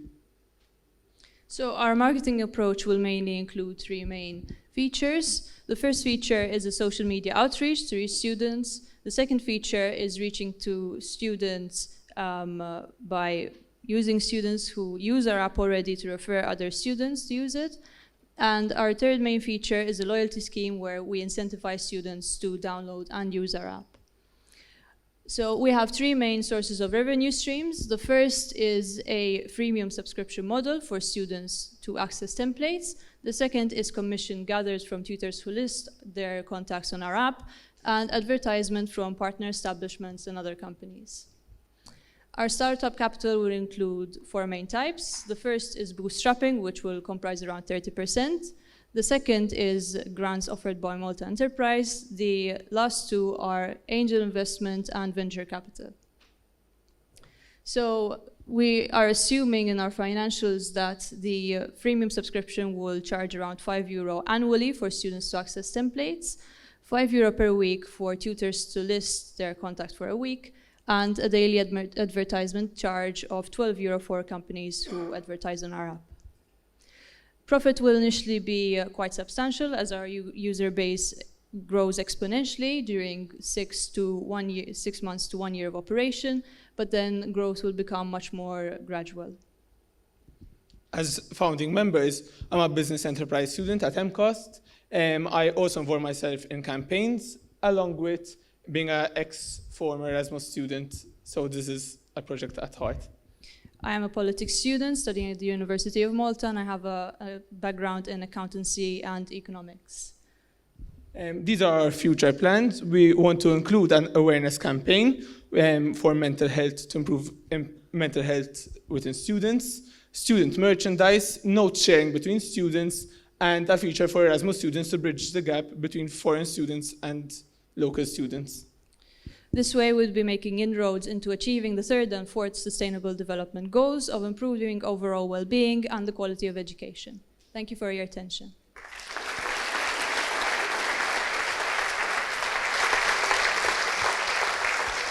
Thank you very much for the presentation. Really clear and concise. Well done. If I had to sort of ask you, what has been your experience with the J program, and what were your biggest learnings personally as part of sort of participating in this program?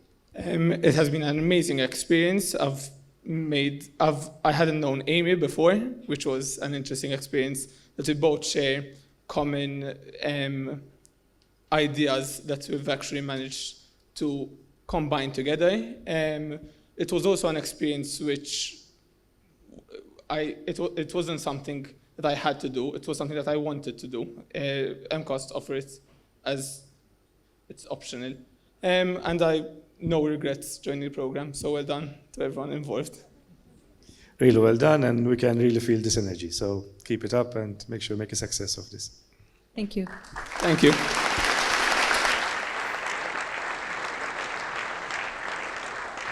And those were Studia, Space Savers, and SafePause. Another round of exceptional work by these young entrepreneurs. A round of applause for all the 6 finalists.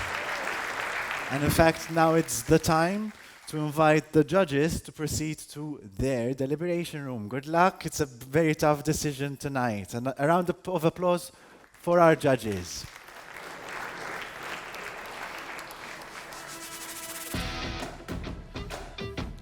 Also, it's very important to thank the sponsors who make this program possible. So the startup program sponsors include HSBC Malta Foundation, EY, Tech.mt, and Camilleri Preziosi Advocates.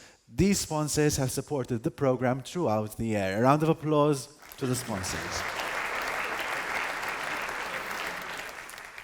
And that brings us to the end of the first half of the evening, the finals.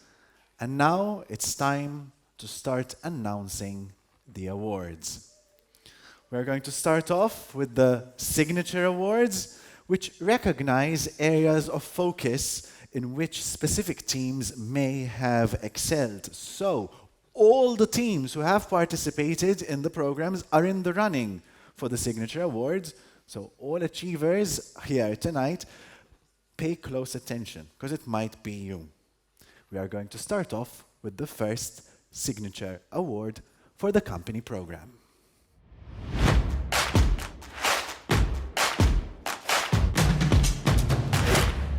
The Deloitte Business Plan Award, sponsored, judged, and awarded by Deloitte.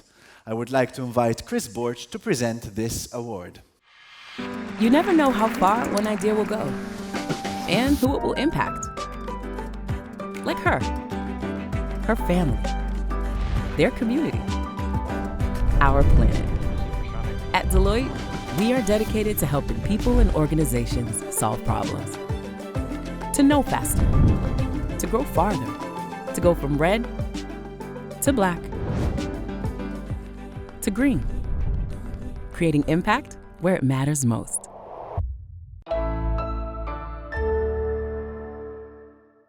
Good evening, everyone. Deloitte strives to make an impact that matters, one future at a time. World Class, which you've seen on screen, is our largest global initiative in the field of education, and we have a very ambitious goal of reaching 100 million people by the year 2030, and we achieve this in various ways, one of which is, in fact, supporting organizations like JA. At Deloitte, we believe that the best possible way to positively impact people long-term is by improving their educational outcomes and providing access to growth opportunities to help them succeed in today's challenging and fast-paced economy. In fact, at Deloitte, we offer the space for young people, such as the very talented young people we've seen on stage this evening, to explore their career potential And in fact, on this note, it will be our pleasure to welcome to Deloitte Malta one of the JA Company Program participants, who is Isaac Brinkat, to join our upcoming summer student program.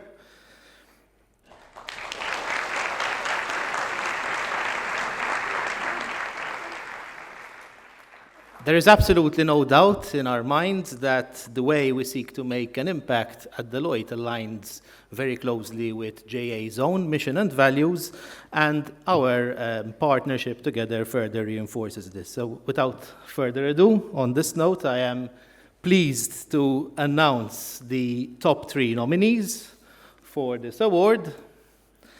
And the top 3 nominees out of my envelope are Lightbridge,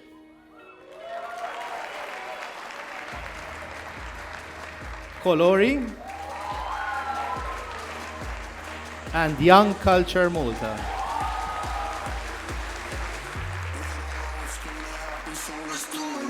And the winner of this year's Deloitte Best Business Plan Award is Colori.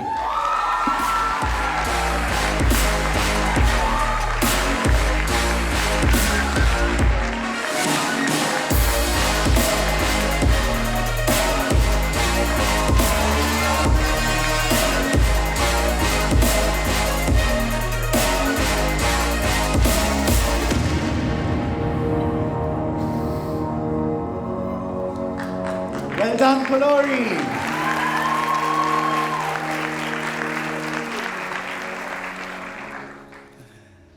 And now for the second signature award this evening.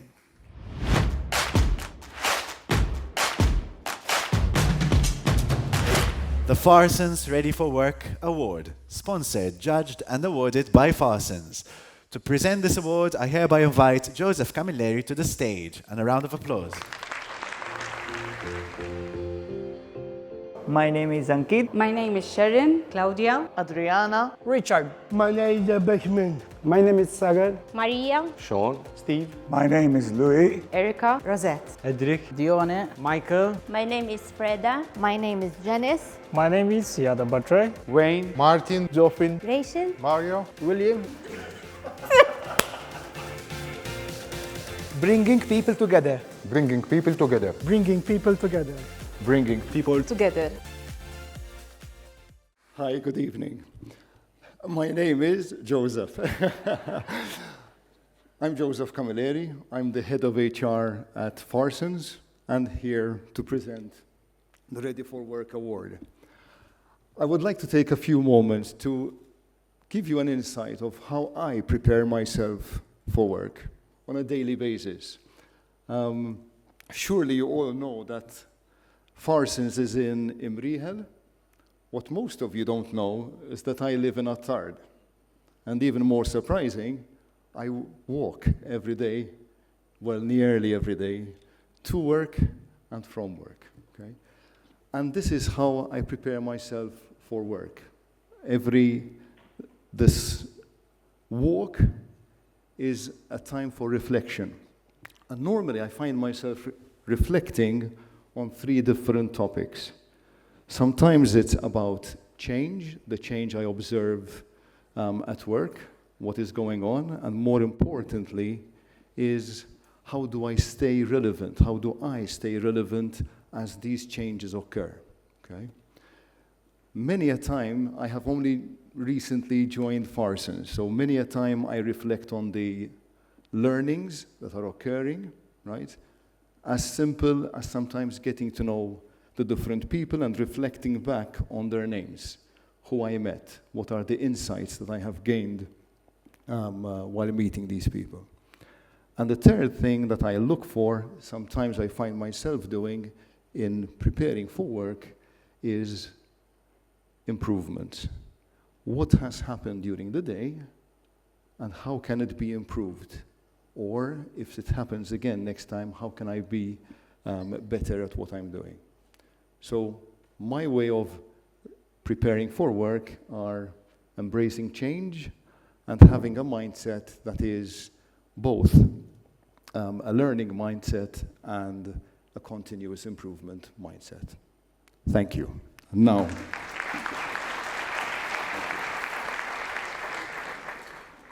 right, and for this award, the three nominees are Young Culture Malta,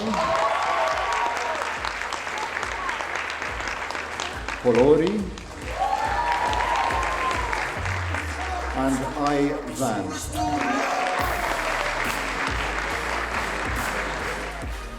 And the winners, I would like to invite Colori back to the stage.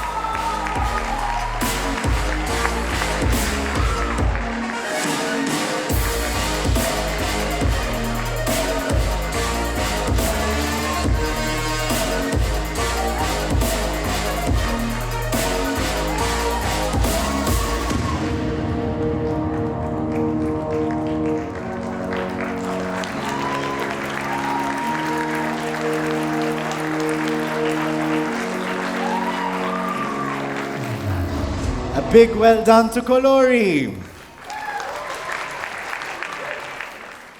And now the third signature award this evening.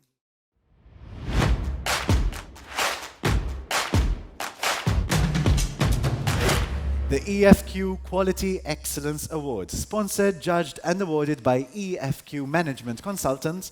I would like to now invite Amidio Frigieri to the stage and present the results for this award.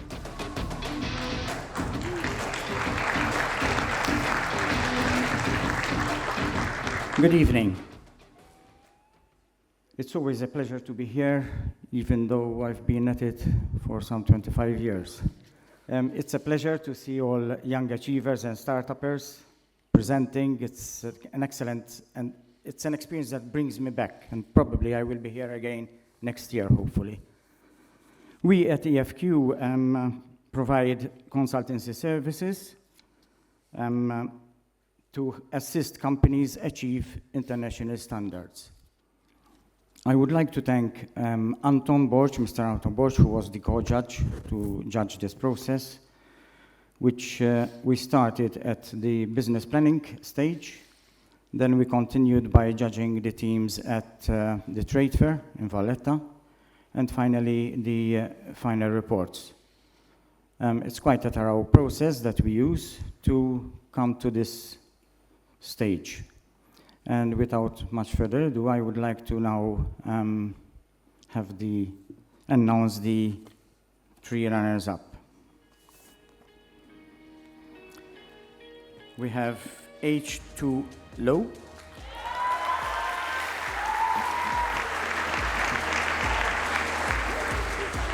Young Culture, and Colori. And I suppose you want to know who the winners are. Colori.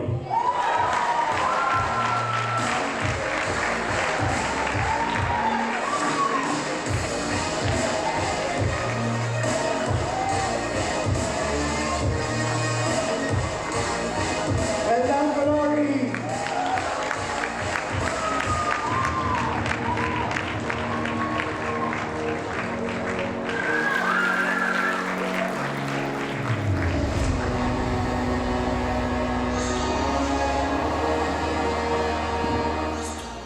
And now for the fourth signature award this evening.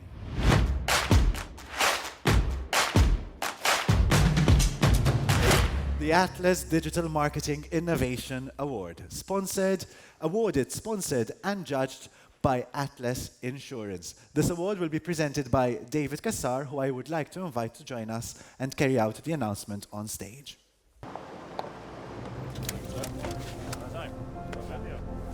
Working towards a dream is not only about the final destination.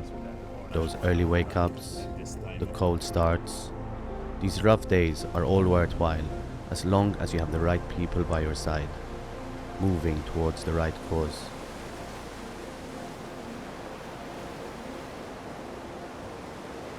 Because it's who stands behind you that really counts. Hello everyone, good evening. So first of all, I would like to say that I'm very happy to be here once again, looking back at this exciting project a project that gives the students real life experience and the right experience for the business-worthy entrepreneurship. Also, a project, from what we saw, that challenged students to think creatively and strategically to achieve their objectives. I'd also like to take this opportunity to thank Matthew and all the rest of the JA team, okay, for this, the judges, the mentors as well, for your dedication and commitment and towards these students. As many of you know, Atlas has been supporting J for a number of years now as part of our commitment to provide learning opportunities for young people and equipment with the right skills and competencies to kickstart their careers. A bit about the Digital Marketing Award. Digital marketing nowadays is something that I would say a critical component of any marketing strategy and any marketing plan. And when going through the presentations, videos, and reports prepared by the students, we look at we give a lot of importance to market research, the market research they do, but also to the tools they use and social media platforms they use to market their products. I must say that in the past it was always very challenging choosing the finalists. We always had excellent projects coming out from this program, and this year obviously was no exception. We received a number of very well thought out and executed marketing strategies, and choosing just one of them was quite a challenge. So, moving to the top three. The top three nominees are Gravidev, H2LO, and Young Culture Malta. And the winner of the Digital Marketing Award goes to Young Culture Malta.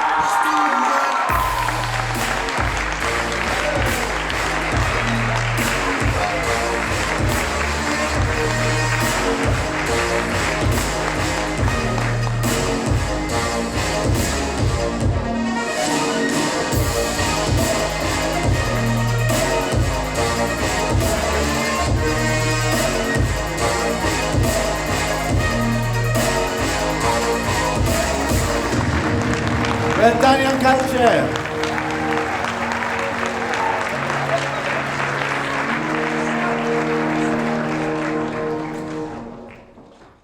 And now for the next signature award.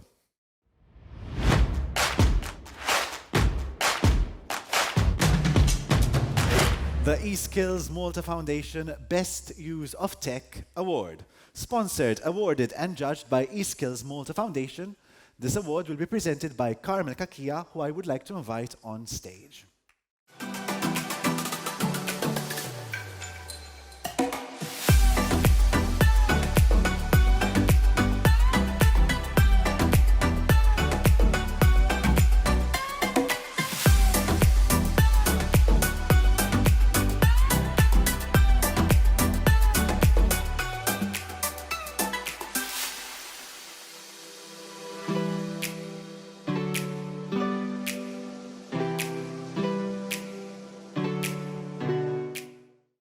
Hi, good evening. I would like to thank JA for identifying that the digital skills and technology in their projects is very much needed.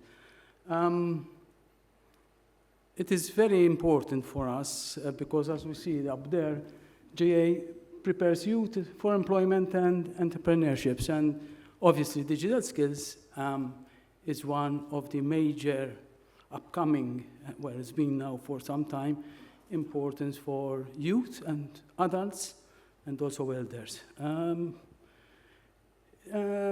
Digital skills are needed for everybody, and it is a challenge.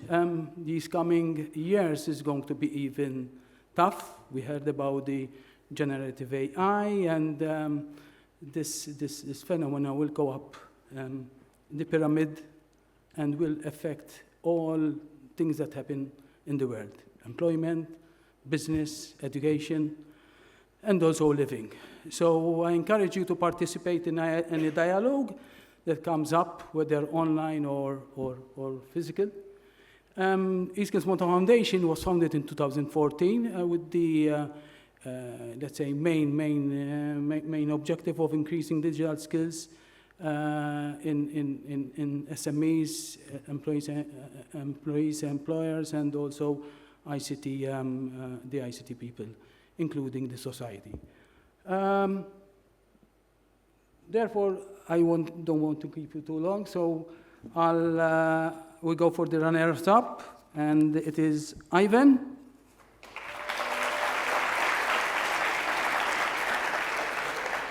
Hyperrings, and B-Square MC.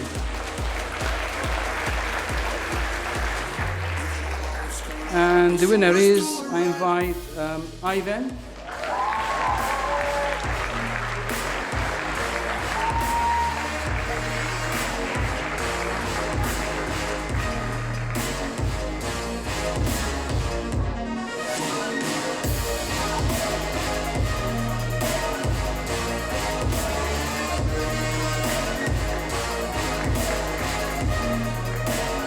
Well done, Ivan.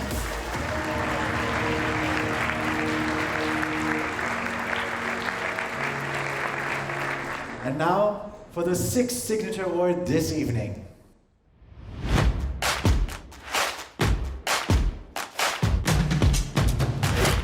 The Trade Malta Internationalization Award, sponsored, judged and awarded by Trade Malta. And I would like to invite Anton Buttigieg to join me on stage to first mention the nominees and then announce the winner.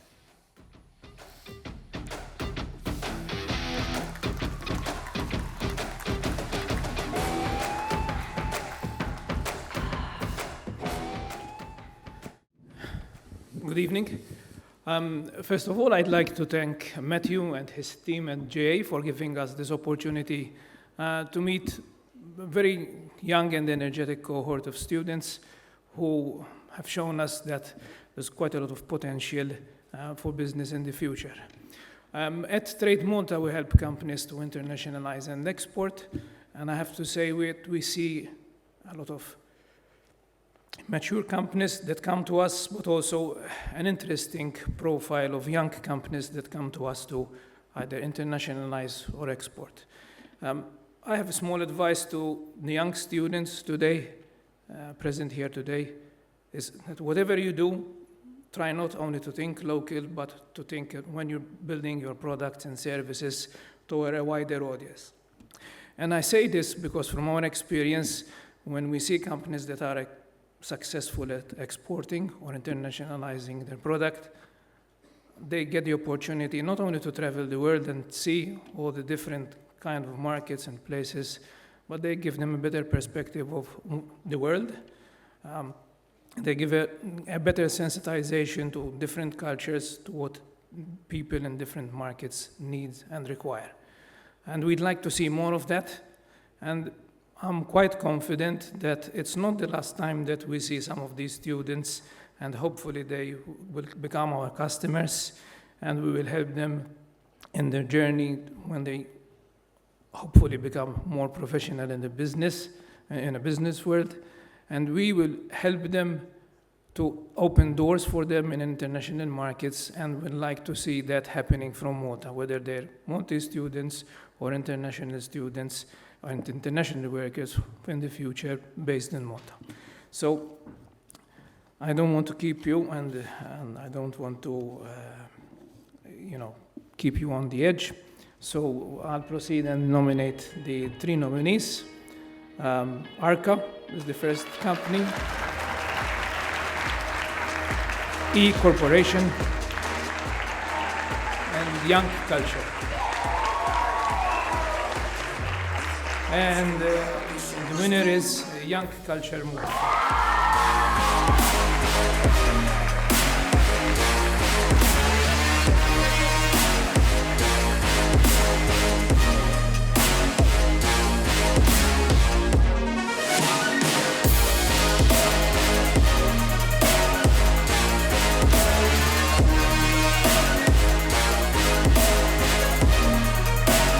Congratulations, Young Culture.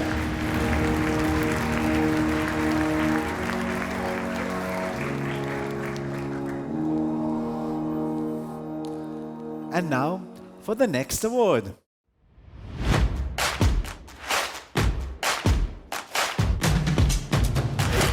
The Finance Malta Best Financial Statements Award, sponsored, judged, and awarded by Finance Malta. This award will be presented by Marvin Zamit, who I would like to invite to join us on stage to carry out this announcement. A round of applause.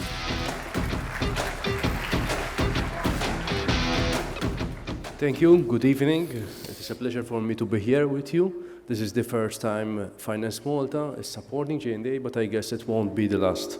Finance Malta is a public-private organization with its main objective is the promotion of Malta as a financial center for both local and international business.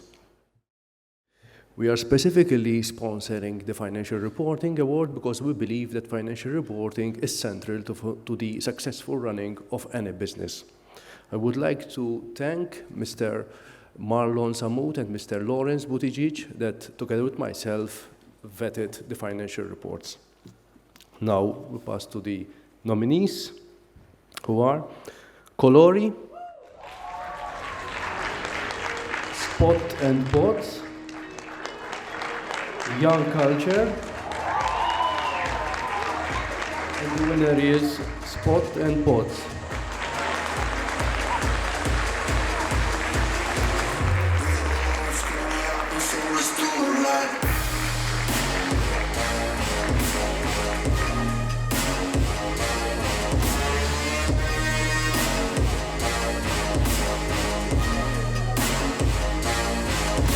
Stop and Pots.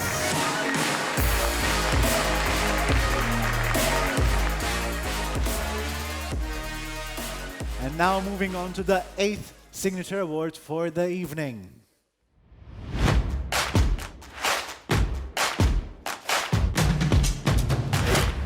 The Mitzi Organization Sales Technique Award, sponsored, judged, and awarded by Mitzi Organization. This award will be presented by Ian Mitzi, who I would like to invite on stage. Who said electricity can't be bold?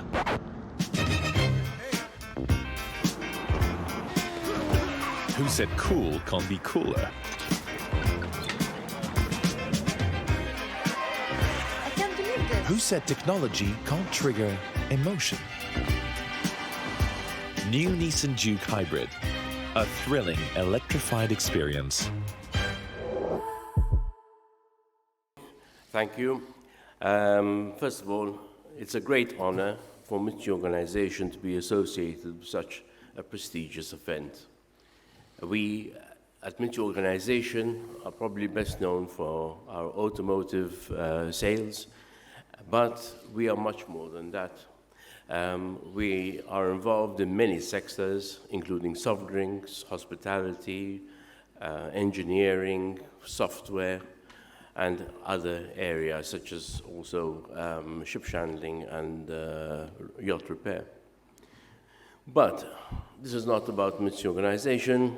It is about the teams that are here today and their extremely good efforts, which made my job selecting the runners-up and the winner a very difficult one. I must say, my decision was not a straight line. It turned many times, and as I went through the various criteria and examined the reports, I did change my mind along the way.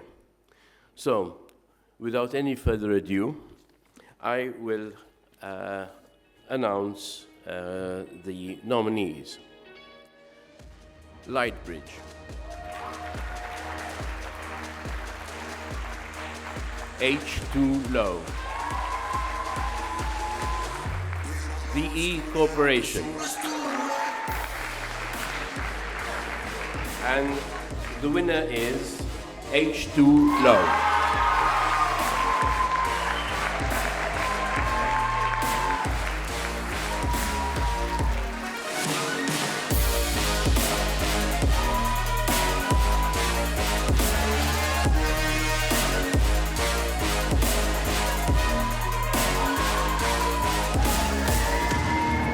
H too low.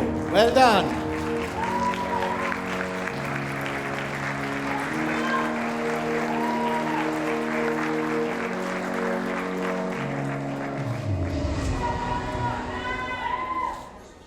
Moving on to the next award.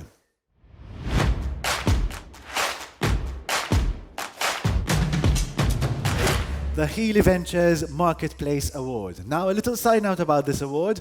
This was already announced on the day of the JA Malta Marketplace, and they have already enjoyed an amazing experience at the International Student Company Festival in Latvia. Nevertheless, we would like to acknowledge their achievement here tonight, together with that of the runner-up teams with all the other award winners. So to present the Healy Ventures Marketplace Award, sponsored and awarded by Healy Ventures, I would like to invite Annabelle Healy to join me on stage.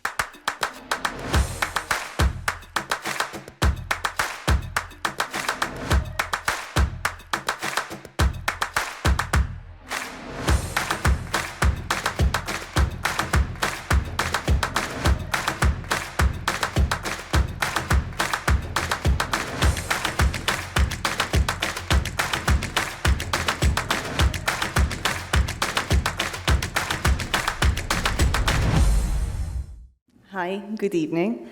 It's a pleasure to be here to present the Marketplace Award on behalf of Healy Ventures. But before I do so, I'd like to share a few words about why we've chosen to sponsor this award and support the good work being done by JA. At Healy Ventures, three of our core values are innovation, ambition, and impact for good. These values perfectly align with JA's mission to empower young people and equip them with the skills that they need to succeed in today's world of business. By sponsoring this award, we hope that we have been able to contribute and invest in the business people of the future and the next generation of entrepreneurs. The resilience, creativity, and determination that they have shown has been inspirational. So now it's up to you to take the knowledge and hands-on experience that you've gained and use it to continue on your entrepreneurial journey. And so, I'd like to now mention the two runners-up for the award, which haven't already been announced, but I'll announce them again. So these were Be Wrapped and Lightbridge.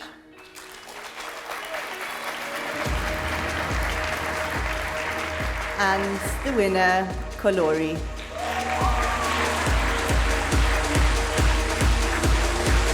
We don't know what's gonna happen, so let's do it right.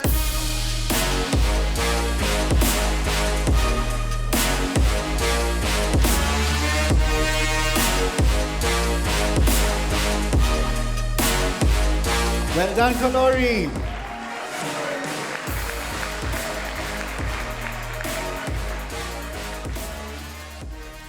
Now, as a long-standing partner of Junior Achievement Malta, HSBC is awarding not one, but two awards. One for the company program and one for the startup program. Furthermore, they also provide internships to JA program participants. So we are going to start with their first award, the last one for the Company Program Signature Awards. So, introducing the next award.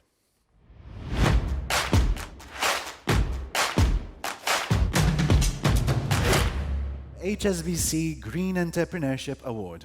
And to award this, I would like to invite HSBC CEO Jeffrey Fitch to announce the results. F'pajjiżna bosta jintlaqtu minn mart kritiku. Kanċer, diplesija, mart tal-qalb jew tal-kliewi.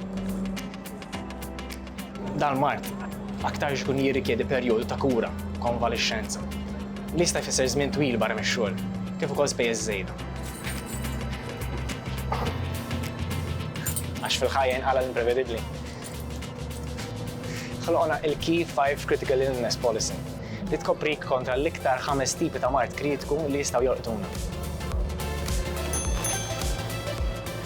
Din il-polza li wkoll tkopri tfal mingħajr spejjeż addizzjonali tħassek somma f'daqqa biex tkun tista' tużaha kif ikun hemm bżonn.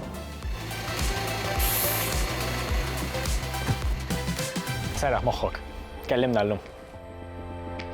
Termini u kundizzjonijiet japplikaw. HSBC hija kumpanija pubblika regolata mill-Awtorità Servizzi Finanzjarji ta' Malta u hija intermedjarju tal-assigurazzjoni marbuta ma' HSBC Life Assurance Malta Limited. Good evening, and thank you for the subtitles on that video, as I'm new to Malta. So, first of all, I'd like to thank you all for being here and supporting this very important initiative. On behalf of HSBC, HSBC Bank, and HSBC Bank Foundation, I would like to speak a moment about the importance of sustainability. So for HSBC, sustainability is a cornerstone of our global strategy and also very important for Malta. And as part of that, we've made a commitment to be net zero in our operations by the year 2030. And we also have made a commitment to help our customers finance the transition so that they can be net zero by the year 2050. So as we give these awards, I'd like to encourage all entrepreneurs to think about their net zero ambitions and how together we can create a better planet. So for the HSBC Green Entrepreneurship Award, the top 3 nominees are Kalori,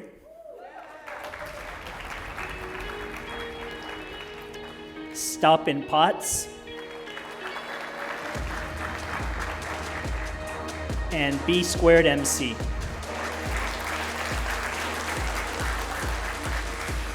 And the winner is Kalori.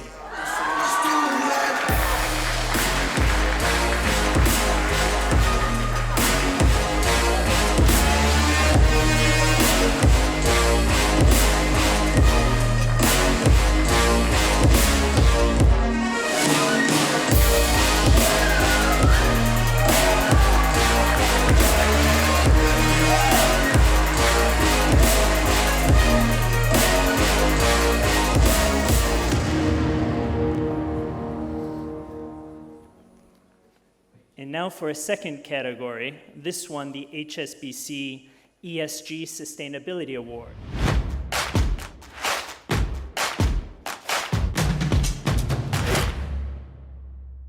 And the top 3 nominees are Mosaic,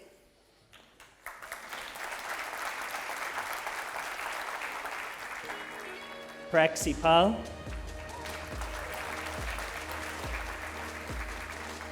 and Space Savers. And the winner of the HSBC ESG Sustainability Award is Mosaic.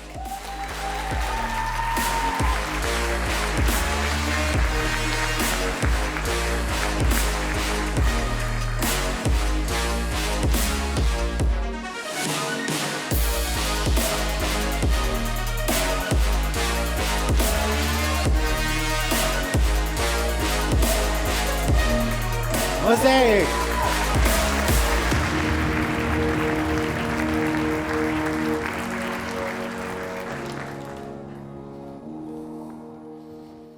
A big well done to Mosaic for winning the first Startup Signature Award.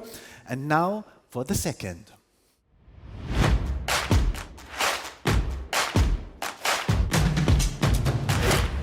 I invite Loredana Malia from EY to present and announce the EY Market Appraisal Award.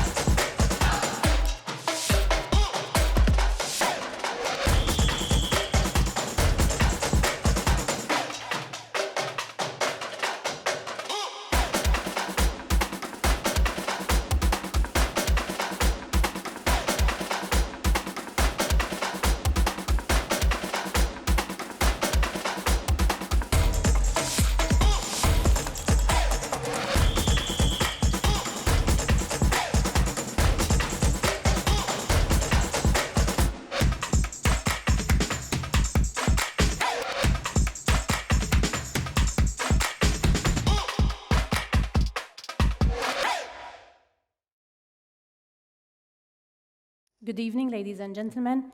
I'm honored here to be here as part of EY. Before I announce the nominees, I just have one word of advice to all the participants. May you continue to have the passion, the energy, and the curiosity you have when you move on to your working world. These are the skills that you will need to become future leaders. Just remember that the world is your oyster. Let's move on to the nominees. So the top 3 nominees are Studia, Mosaic,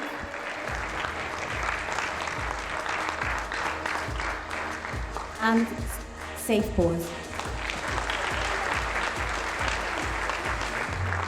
And the winner of the EY Market Appraisal Award is Mosaic.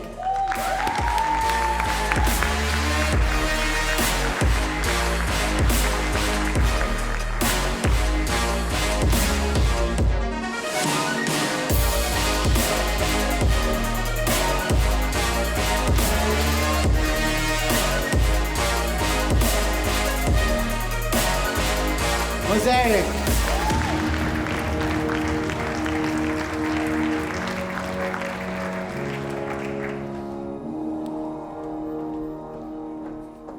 And now for the 3rd Startup Program Award.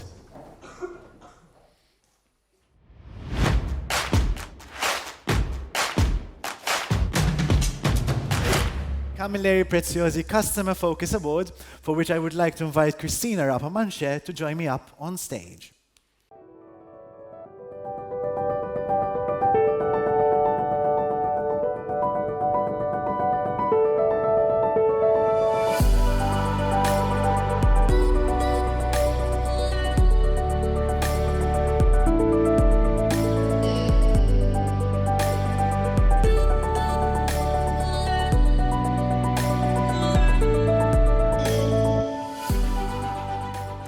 Good evening, all. Camilleri Preziosi is a law firm which primarily supports the business community in Malta, and therefore the partnership with JA was quite natural, actually, because we really admire the effort that JA does to foster entrepreneurship amongst our youths and to really build the future leaders of tomorrow. So let me start by congratulating all the participants here tonight. It was a pleasure looking at all your presentations and seeing all the products that you have developed. Indeed, taking the time out of your daily schedule, your lessons to participate in this program, which takes a lot of dedication and hard work, is truly admirable, and we really do wish you all the very best for the future. Now, turning our attention to the Customer Focus Award, the criteria that we used to judge the award was focused on 3 main pillars: customer focus, business sustainability, and use of digital innovation. Extra bonus points were also given for teams who showed a particular appreciation for digital ethics, and so who took into account certain issues, certain legal issues such as intellectual property, security, and privacy. There was one team which stood out to us, but before getting to the winning team, let me announce the 3 nominees. And the 3 nominees are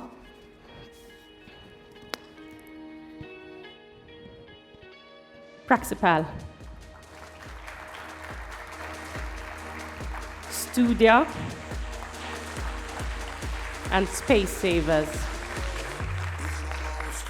And the winner of the Camilleri Preziosi Customer Focus Award is Studia.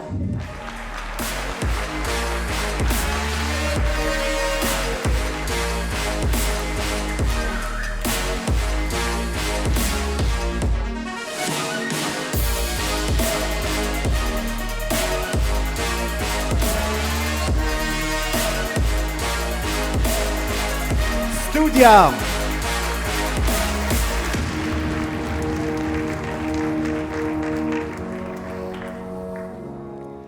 And our next signature award for the evening.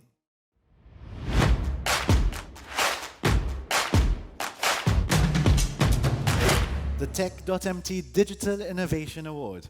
Unfortunately, they could not join us in person here tonight, so I would like to invite JA Malta CEO Matthew Caruana to announce this award's nominees and winners while we watch a short message from Wayne Grishti, CEO of Tech.mt. Young entrepreneurs, ladies and gentlemen, today we celebrate your incredible entrepreneurial spirit as our next generation of innovators and creators. I am truly impressed by your creative solutions and remain confident that you will continue making significant contributions and impact to the tech industry.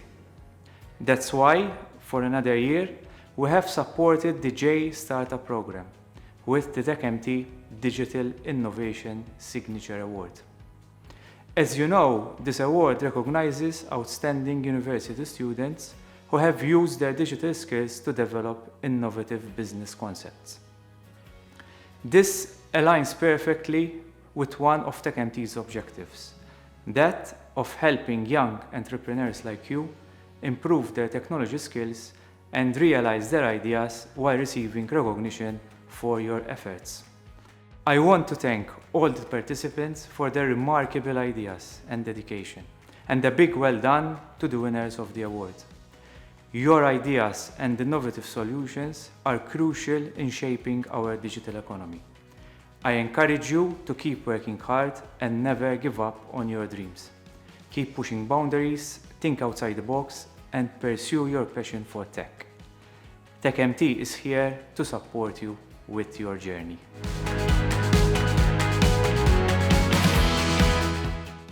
Good evening again. I'm here tasked with the job of giving you the nominees and the winner on behalf of TechMT. Luckily, it is on behalf of TechMT because I think the team at JA is involved in a lot of things, but luckily for us, not in the judging. So we at least avoid that headache because I'm sure it was difficult for all the judges to choose winners. So the top 3 nominees for the TechMT Digital Innovation Award are Malio, SafePOS, and Ready Set Cook. And the winner for the TechMT Digital Innovation Award is SafePOS.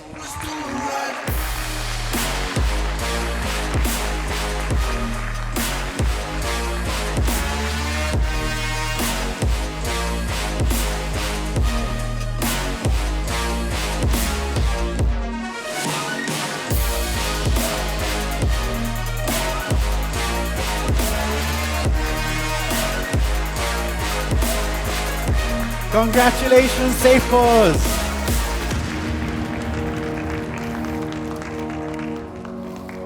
So that brings us to the end of the Signature Awards, meaning that we're getting closer and closer to finding out who the Company of the Year and the Startup of the Year is. But before we do, I would like to invite the Chairman of Junior Achievement Malta, Chris Vassallo Cesario, to share with us a few words as well as announce the Chairman's Award. A round of applause.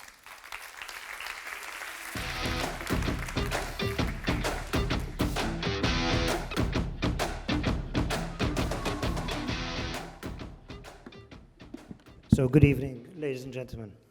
It's a privilege to be here today and celebrate the remarkable achievements of our organization, which has been transforming the lives of individuals for years.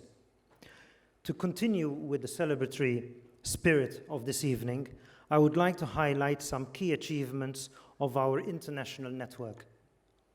First and foremost, I would like to share with you the news that for the second time in a row, Junior Achievement Worldwide has been nominated for the prestigious Nobel Peace Prize. This nomination recognizes the tremendous impact of our organization and has had empowering and inspiring young minds across the globe. Our organization joins the elite nominees as more and more impact studies conducted in various countries have shed light on the incredible outcomes of our alumni. These studies reveal that as a result of their JA experiences, our alumni are more likely to start their own companies, employ more individuals, and generate significantly larger annual sales compared to non-alumni ventures. Our alumni also display better financial habits, save more, holding less debt, and avoiding the pitfalls of overspending.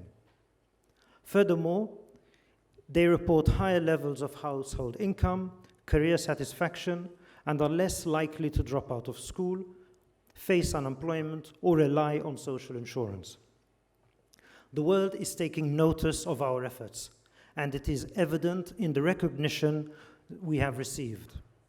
The World Economic Forum has featured our very own Entrepreneurial Skills Pass, ESP, a JA micro credential, and has credited JA worldwide with providing over 15 million learning experiences to youth annually.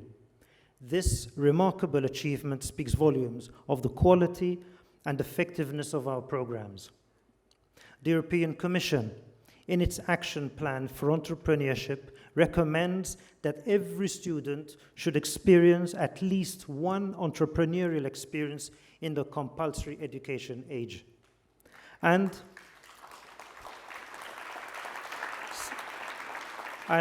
specifically mentions the JA Company program as a prime example of this practical experience. So what is Malta's role in this network? In Malta, we continue to deliver meaningful experiences in entrepreneurship, financial literacy, and work readiness, as highlighted earlier by Matthew, and continue to contribute to the international network as well. JA Malta alumna Roberta Metsola has been providing support as the European Parliament President to our pan-European events and activities. Her dedication and contributions have earned her a well-deserved place in JA Europe's thirds list of inspirational leaders and entrepreneurs. It is indeed an honor for Malta. It is noteworthy that this small island of ours, the smallest from all JA Europe countries, already has 4 alumni in this prestigious thirds list of European alumni. We also, earlier this year, hosted the first Leadership Summit, which served as a platform to bring network together, which was Malta's recommendation to organize such a gathering. And we're hoping that they will start making this an annual event. Furthermore, a testament to our commitment to excellence and innovation after getting the Model Award for 5 years in a row. This year, we are the proud recipients of the esteemed BATA Quality Award. To ensure our continued growth and impact, Junior Achievement has identified 4 strategic areas: empowering the underserved, accelerating digital transformation, strengthening the JA1 network, and cultivating partnerships. By focusing on these areas, we aim to expand our reach and provide even more young individuals with the tools and skills they need to succeed. I would like to thank the JA team, the board members, the teachers, the mentors, the partners, our sponsors, and anybody else that has helped us throughout our history, because without you, we wouldn't be able to be here. So I thank you for that. However, as we celebrate our achievements, we must not forget that our work is far from complete. It is our responsibility to stop merely complaining about the challenges faced by our youth and take action to change things. Junior Achievement provides us with the avenue to make a tangible difference in their lives. Joining forces with JA, we can all empower our young individuals, foster their dreams, and pave the way for a brighter future.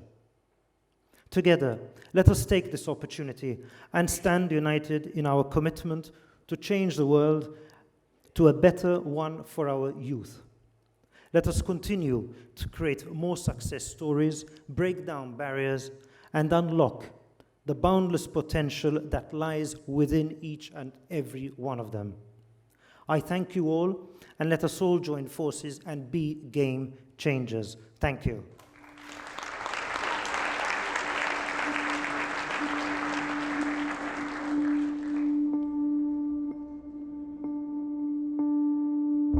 Imagine a world where no one explains the rules of the game. No practice, no game plan, no coaches.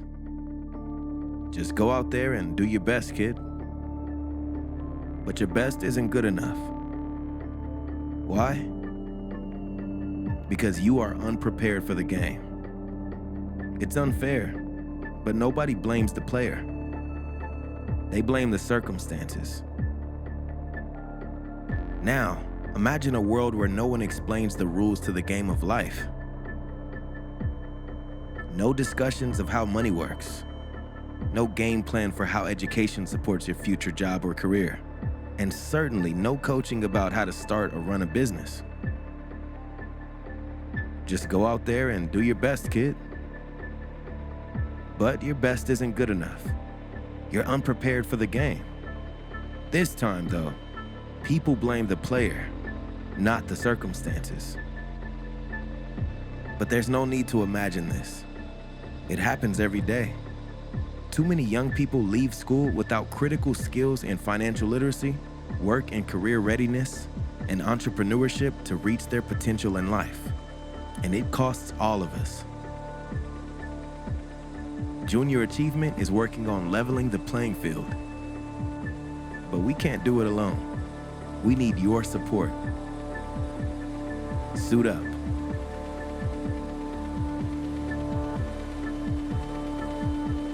It's game time.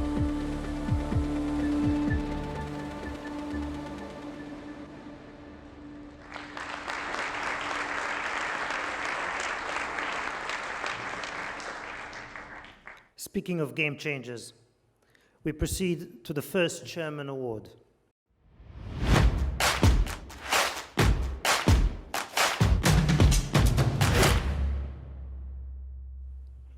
The John Harper Award is in recognition of unflagging support of junior achievement, its activities and its mission.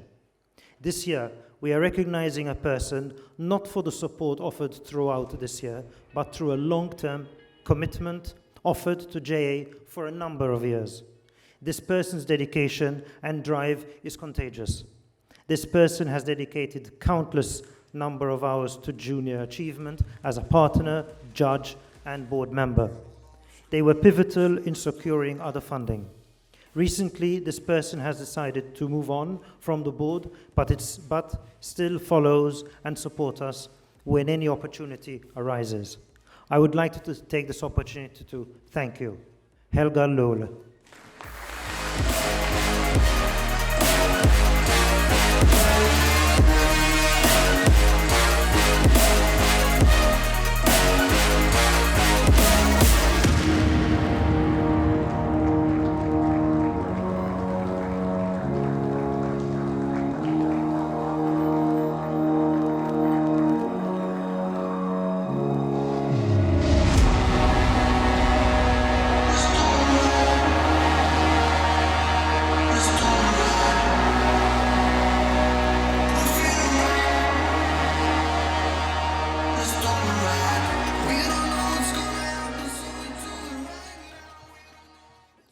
Moving to the second Chairman Award, the Philip Bonnet Award, which recognizes perseverance. Perseverance is the key value for an entrepreneur. It is a strength and a virtue. It is the ability to continue striving and adapting, to reach your goals despite difficulties and delayed success. Throughout the year, we look out for that sign of unfailing commitment, that sheer determination not to give up, and the willingness to go out of their comfort zone. A particular individual this year showed an added level of passion and determination, pushing beyond personal impediments to pursue the requirements of the program and more. Starting from before the program even started, this individual got in touch with our team and remained in contact throughout the run-up. Took full advantage of everything offered to him by Junior Achievement Malta, fully committed to the program, exploited other opportunities like Leaders for a Day. He networked with speakers, asked pertinent questions, and was constantly actively participating. He always presented himself as eager to learn and appreciative of opportunities and support that were put forward to him. So the winner of this year's Philip Bonnet Award goes to Nathaniel Saliba.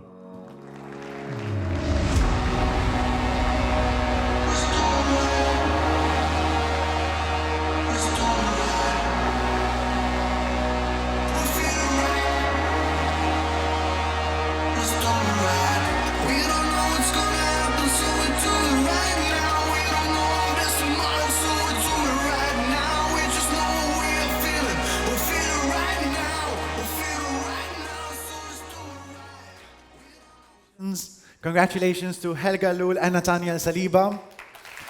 Thank you, Chris. And now the moment you've all been waiting for. The top 3 teams for the Company of the Year Award and the Startup of the Year Award will be announced shortly. But because I would like to remind all the finalists and the audience here today that the selected teams for these awards will be representing Malta at the JA Europe Gen E Festival 2023 in Istanbul, Turkey.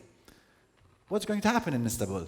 Let's have a look. The magical city of Istanbul hosts the largest entrepreneurship festival in Europe. Students from 43 JA European countries will come together in Istanbul, serving as a bridge between Asia and Europe, with its history, entertainment, cityscapes, and most of all, with its amazing culture. Successful JA startups and JA companies will showcase their achievements in Istanbul, July 2023. All the startups and companies that will attend the festival are the winners in their own countries and will be here to compete in the international contest. You'll be able to meet and get in contact with other JA members from all around Europe.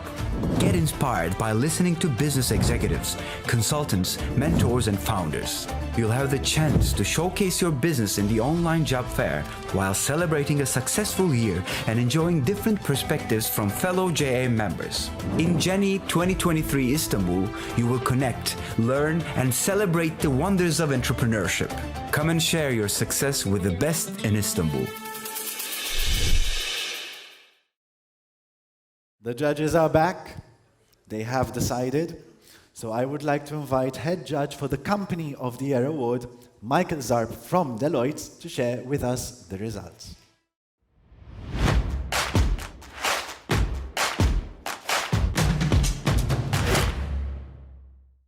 Hello everyone, good evening. Firstly, I'd like to thank you all for your own roles in this fantastic program. I think on behalf of all the judges, I can genuinely say that it's been a privilege to be part of this learning journey, which is so dear to all of us. This year was interesting for a number of different reasons. I think the incremental learning that was brought by Joseph earlier makes a lot of sense. We've seen teams slowly and steadily improve throughout all of their cycle, from first seeing them at the trade fair, looking at the report and their videos, questioning them quite toughly at the semi-finals, and now even here today. We came in this when we were talking before today, we pretty much had our top 3. I'd be surprised, we were very surprised that the actual presentations today and the response to questions did make a significant difference, and it's been quite a roller coaster and an exciting time. So, without further ado, let me please tell you a little bit about who the 3rd place contestant is and why we chose them. This team has, in 6 months, managed to produce a quality product in a distant country and sell it throughout all of the world, even though they're based in this tiny island of Malta. Their international presence was spot on from day one. They had then also foresight in diversifying their original idea. They came in one sector, but as a team, they realized, you know what? We came designing it from there because that's the original plan, but she knows that person, he knows the other person, let's try sell it there as well. And they managed. Fantastic. So, without further ado, Arca.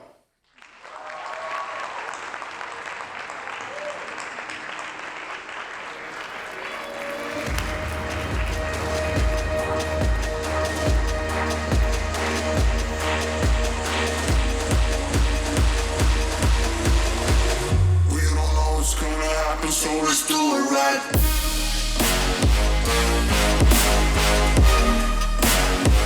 The second runner-up of the company program for 2023. Arkham.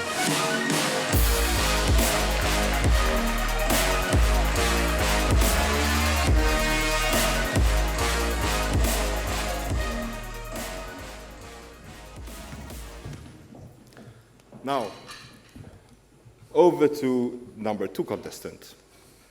A team which puts sustainability to heart, an agenda which is obviously forefront in all our minds and has been mentioned by a number of different speakers today. They're not only sustainable because of the concept that they made, but they took it throughout all of the things they did. They sourced locally, they produced it locally, they thought about the minor details, even the packaging, to minimize their impact and maximize the benefit. B-Wrapped.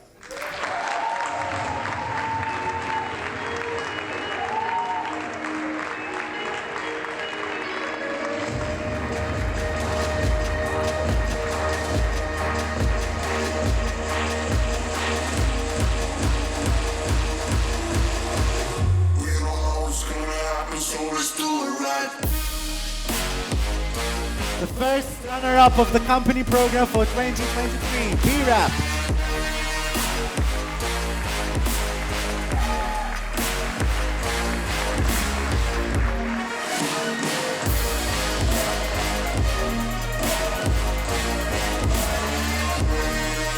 Before announcing the winner of this award, I would like to thank the sponsors of the company program and remind everyone that the main partners of the JA company program are Deloitte, represented on the stage by the head judge Michael Zarp, and HSBC, whose CEO Jeffrey Fitch I would like to invite back on stage. May I also remind you that as part of the prize for the Company of the Year award, the Malta Chamber, another prestigious supporter of JA Malta, is offering a 1-year membership to the winner. And now, for the winner. Before going to the winner, it's important to say that it was a close tie. There were a lot of very good teams. Many teams, in fact, won a lot of awards showing their worth beyond just who was number 1. But the number 1 team did a consistent job throughout, improved from one deliverable to the other, and they had no weak points. We're confident that going forward, they're going to improve further on their product, and this is what made us choose them. They're a team that also thought about a business opportunity at the right time. They captured something that was happening in society, something that affects us all, and tapped into it not only in the way they innovated and what the product was, but also how they marketed, and they marketed and marketed and marketed. H2LO.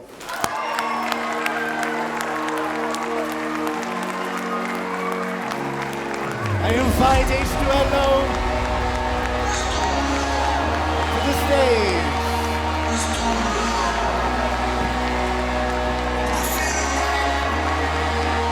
The winners of the company program, H2LO.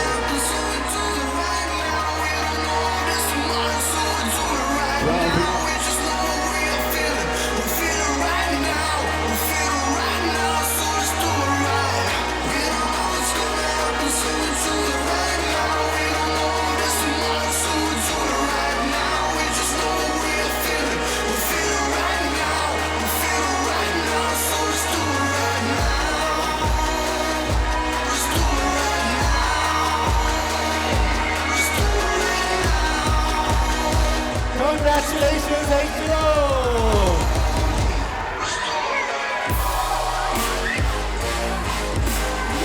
Bravi.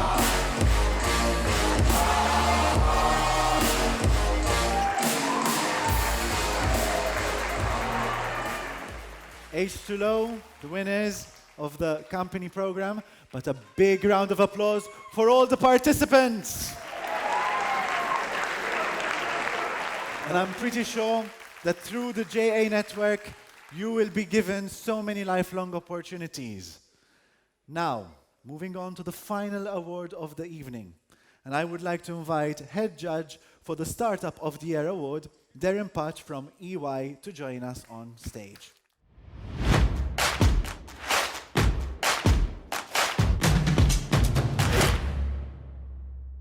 Good evening, everybody. I know everyone is very anxious to get to know the result, so I will keep it short to a 30-minute speech. Joking apart, I'd like to thank Jay for the service for tonight, a special mention considering the winning of the BATA award. Well done to the board executives and all the volunteers of Jay. To my fellow judges, Simonetta, Leonie, Jessica, and Joe, thank you for your service. Thank you for the discussions throughout the process.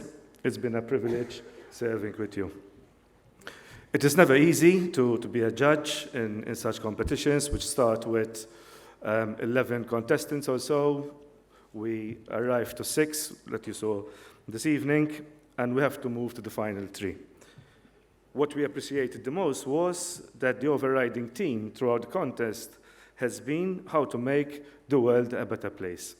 And ultimately, that is what entrepreneurship is all about. Really big well done to all the contestants. And now for the results. In 3rd place, or should I say the 2nd runner-up, may no pet go missing, Safe Post.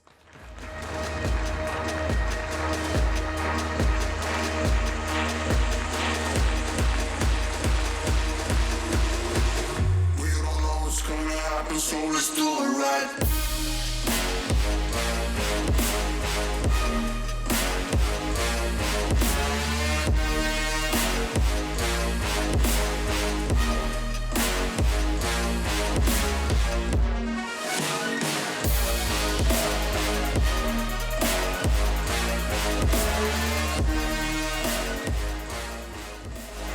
Second place, we all were students, we all need time management, both as a student and also in life, and 2nd place is Studia.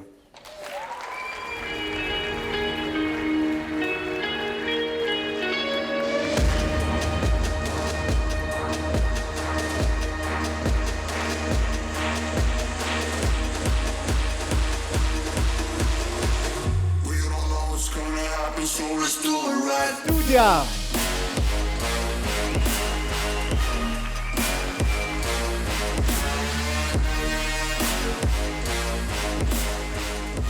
And now, before the winner of this award is announced, I would like to thank all the sponsors of the Startup Program and remind everyone that the main partners of the JA Startup Program are EY, represented on stage by Head Judge Darren Patch, and HSBC, whose CEO Jeffrey Fitch I would like to invite back on stage.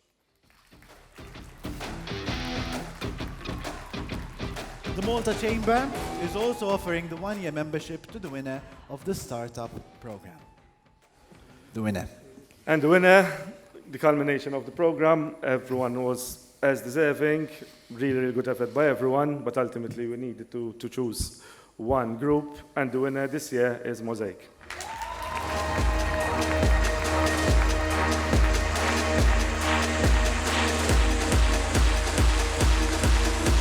The winners of the Startup Program, Mosaic!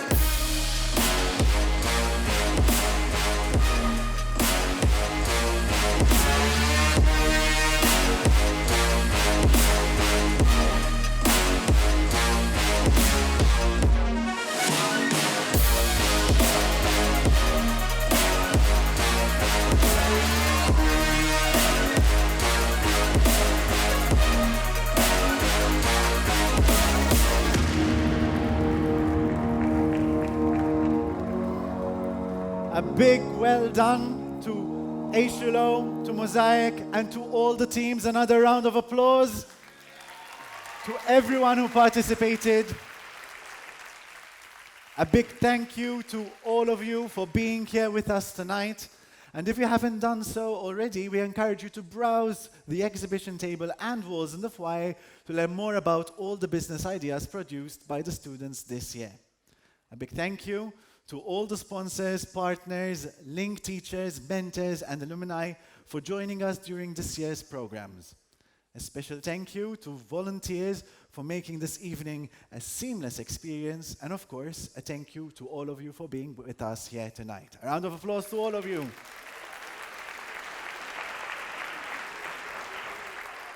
One last note before we wrap up. All participating students, don't run away, because you are all, not just the finalists, invited to come up on stage at the very, very end, so we take one big group photo and remember the JA Awards Night 2023. Thank you, everyone. Good night.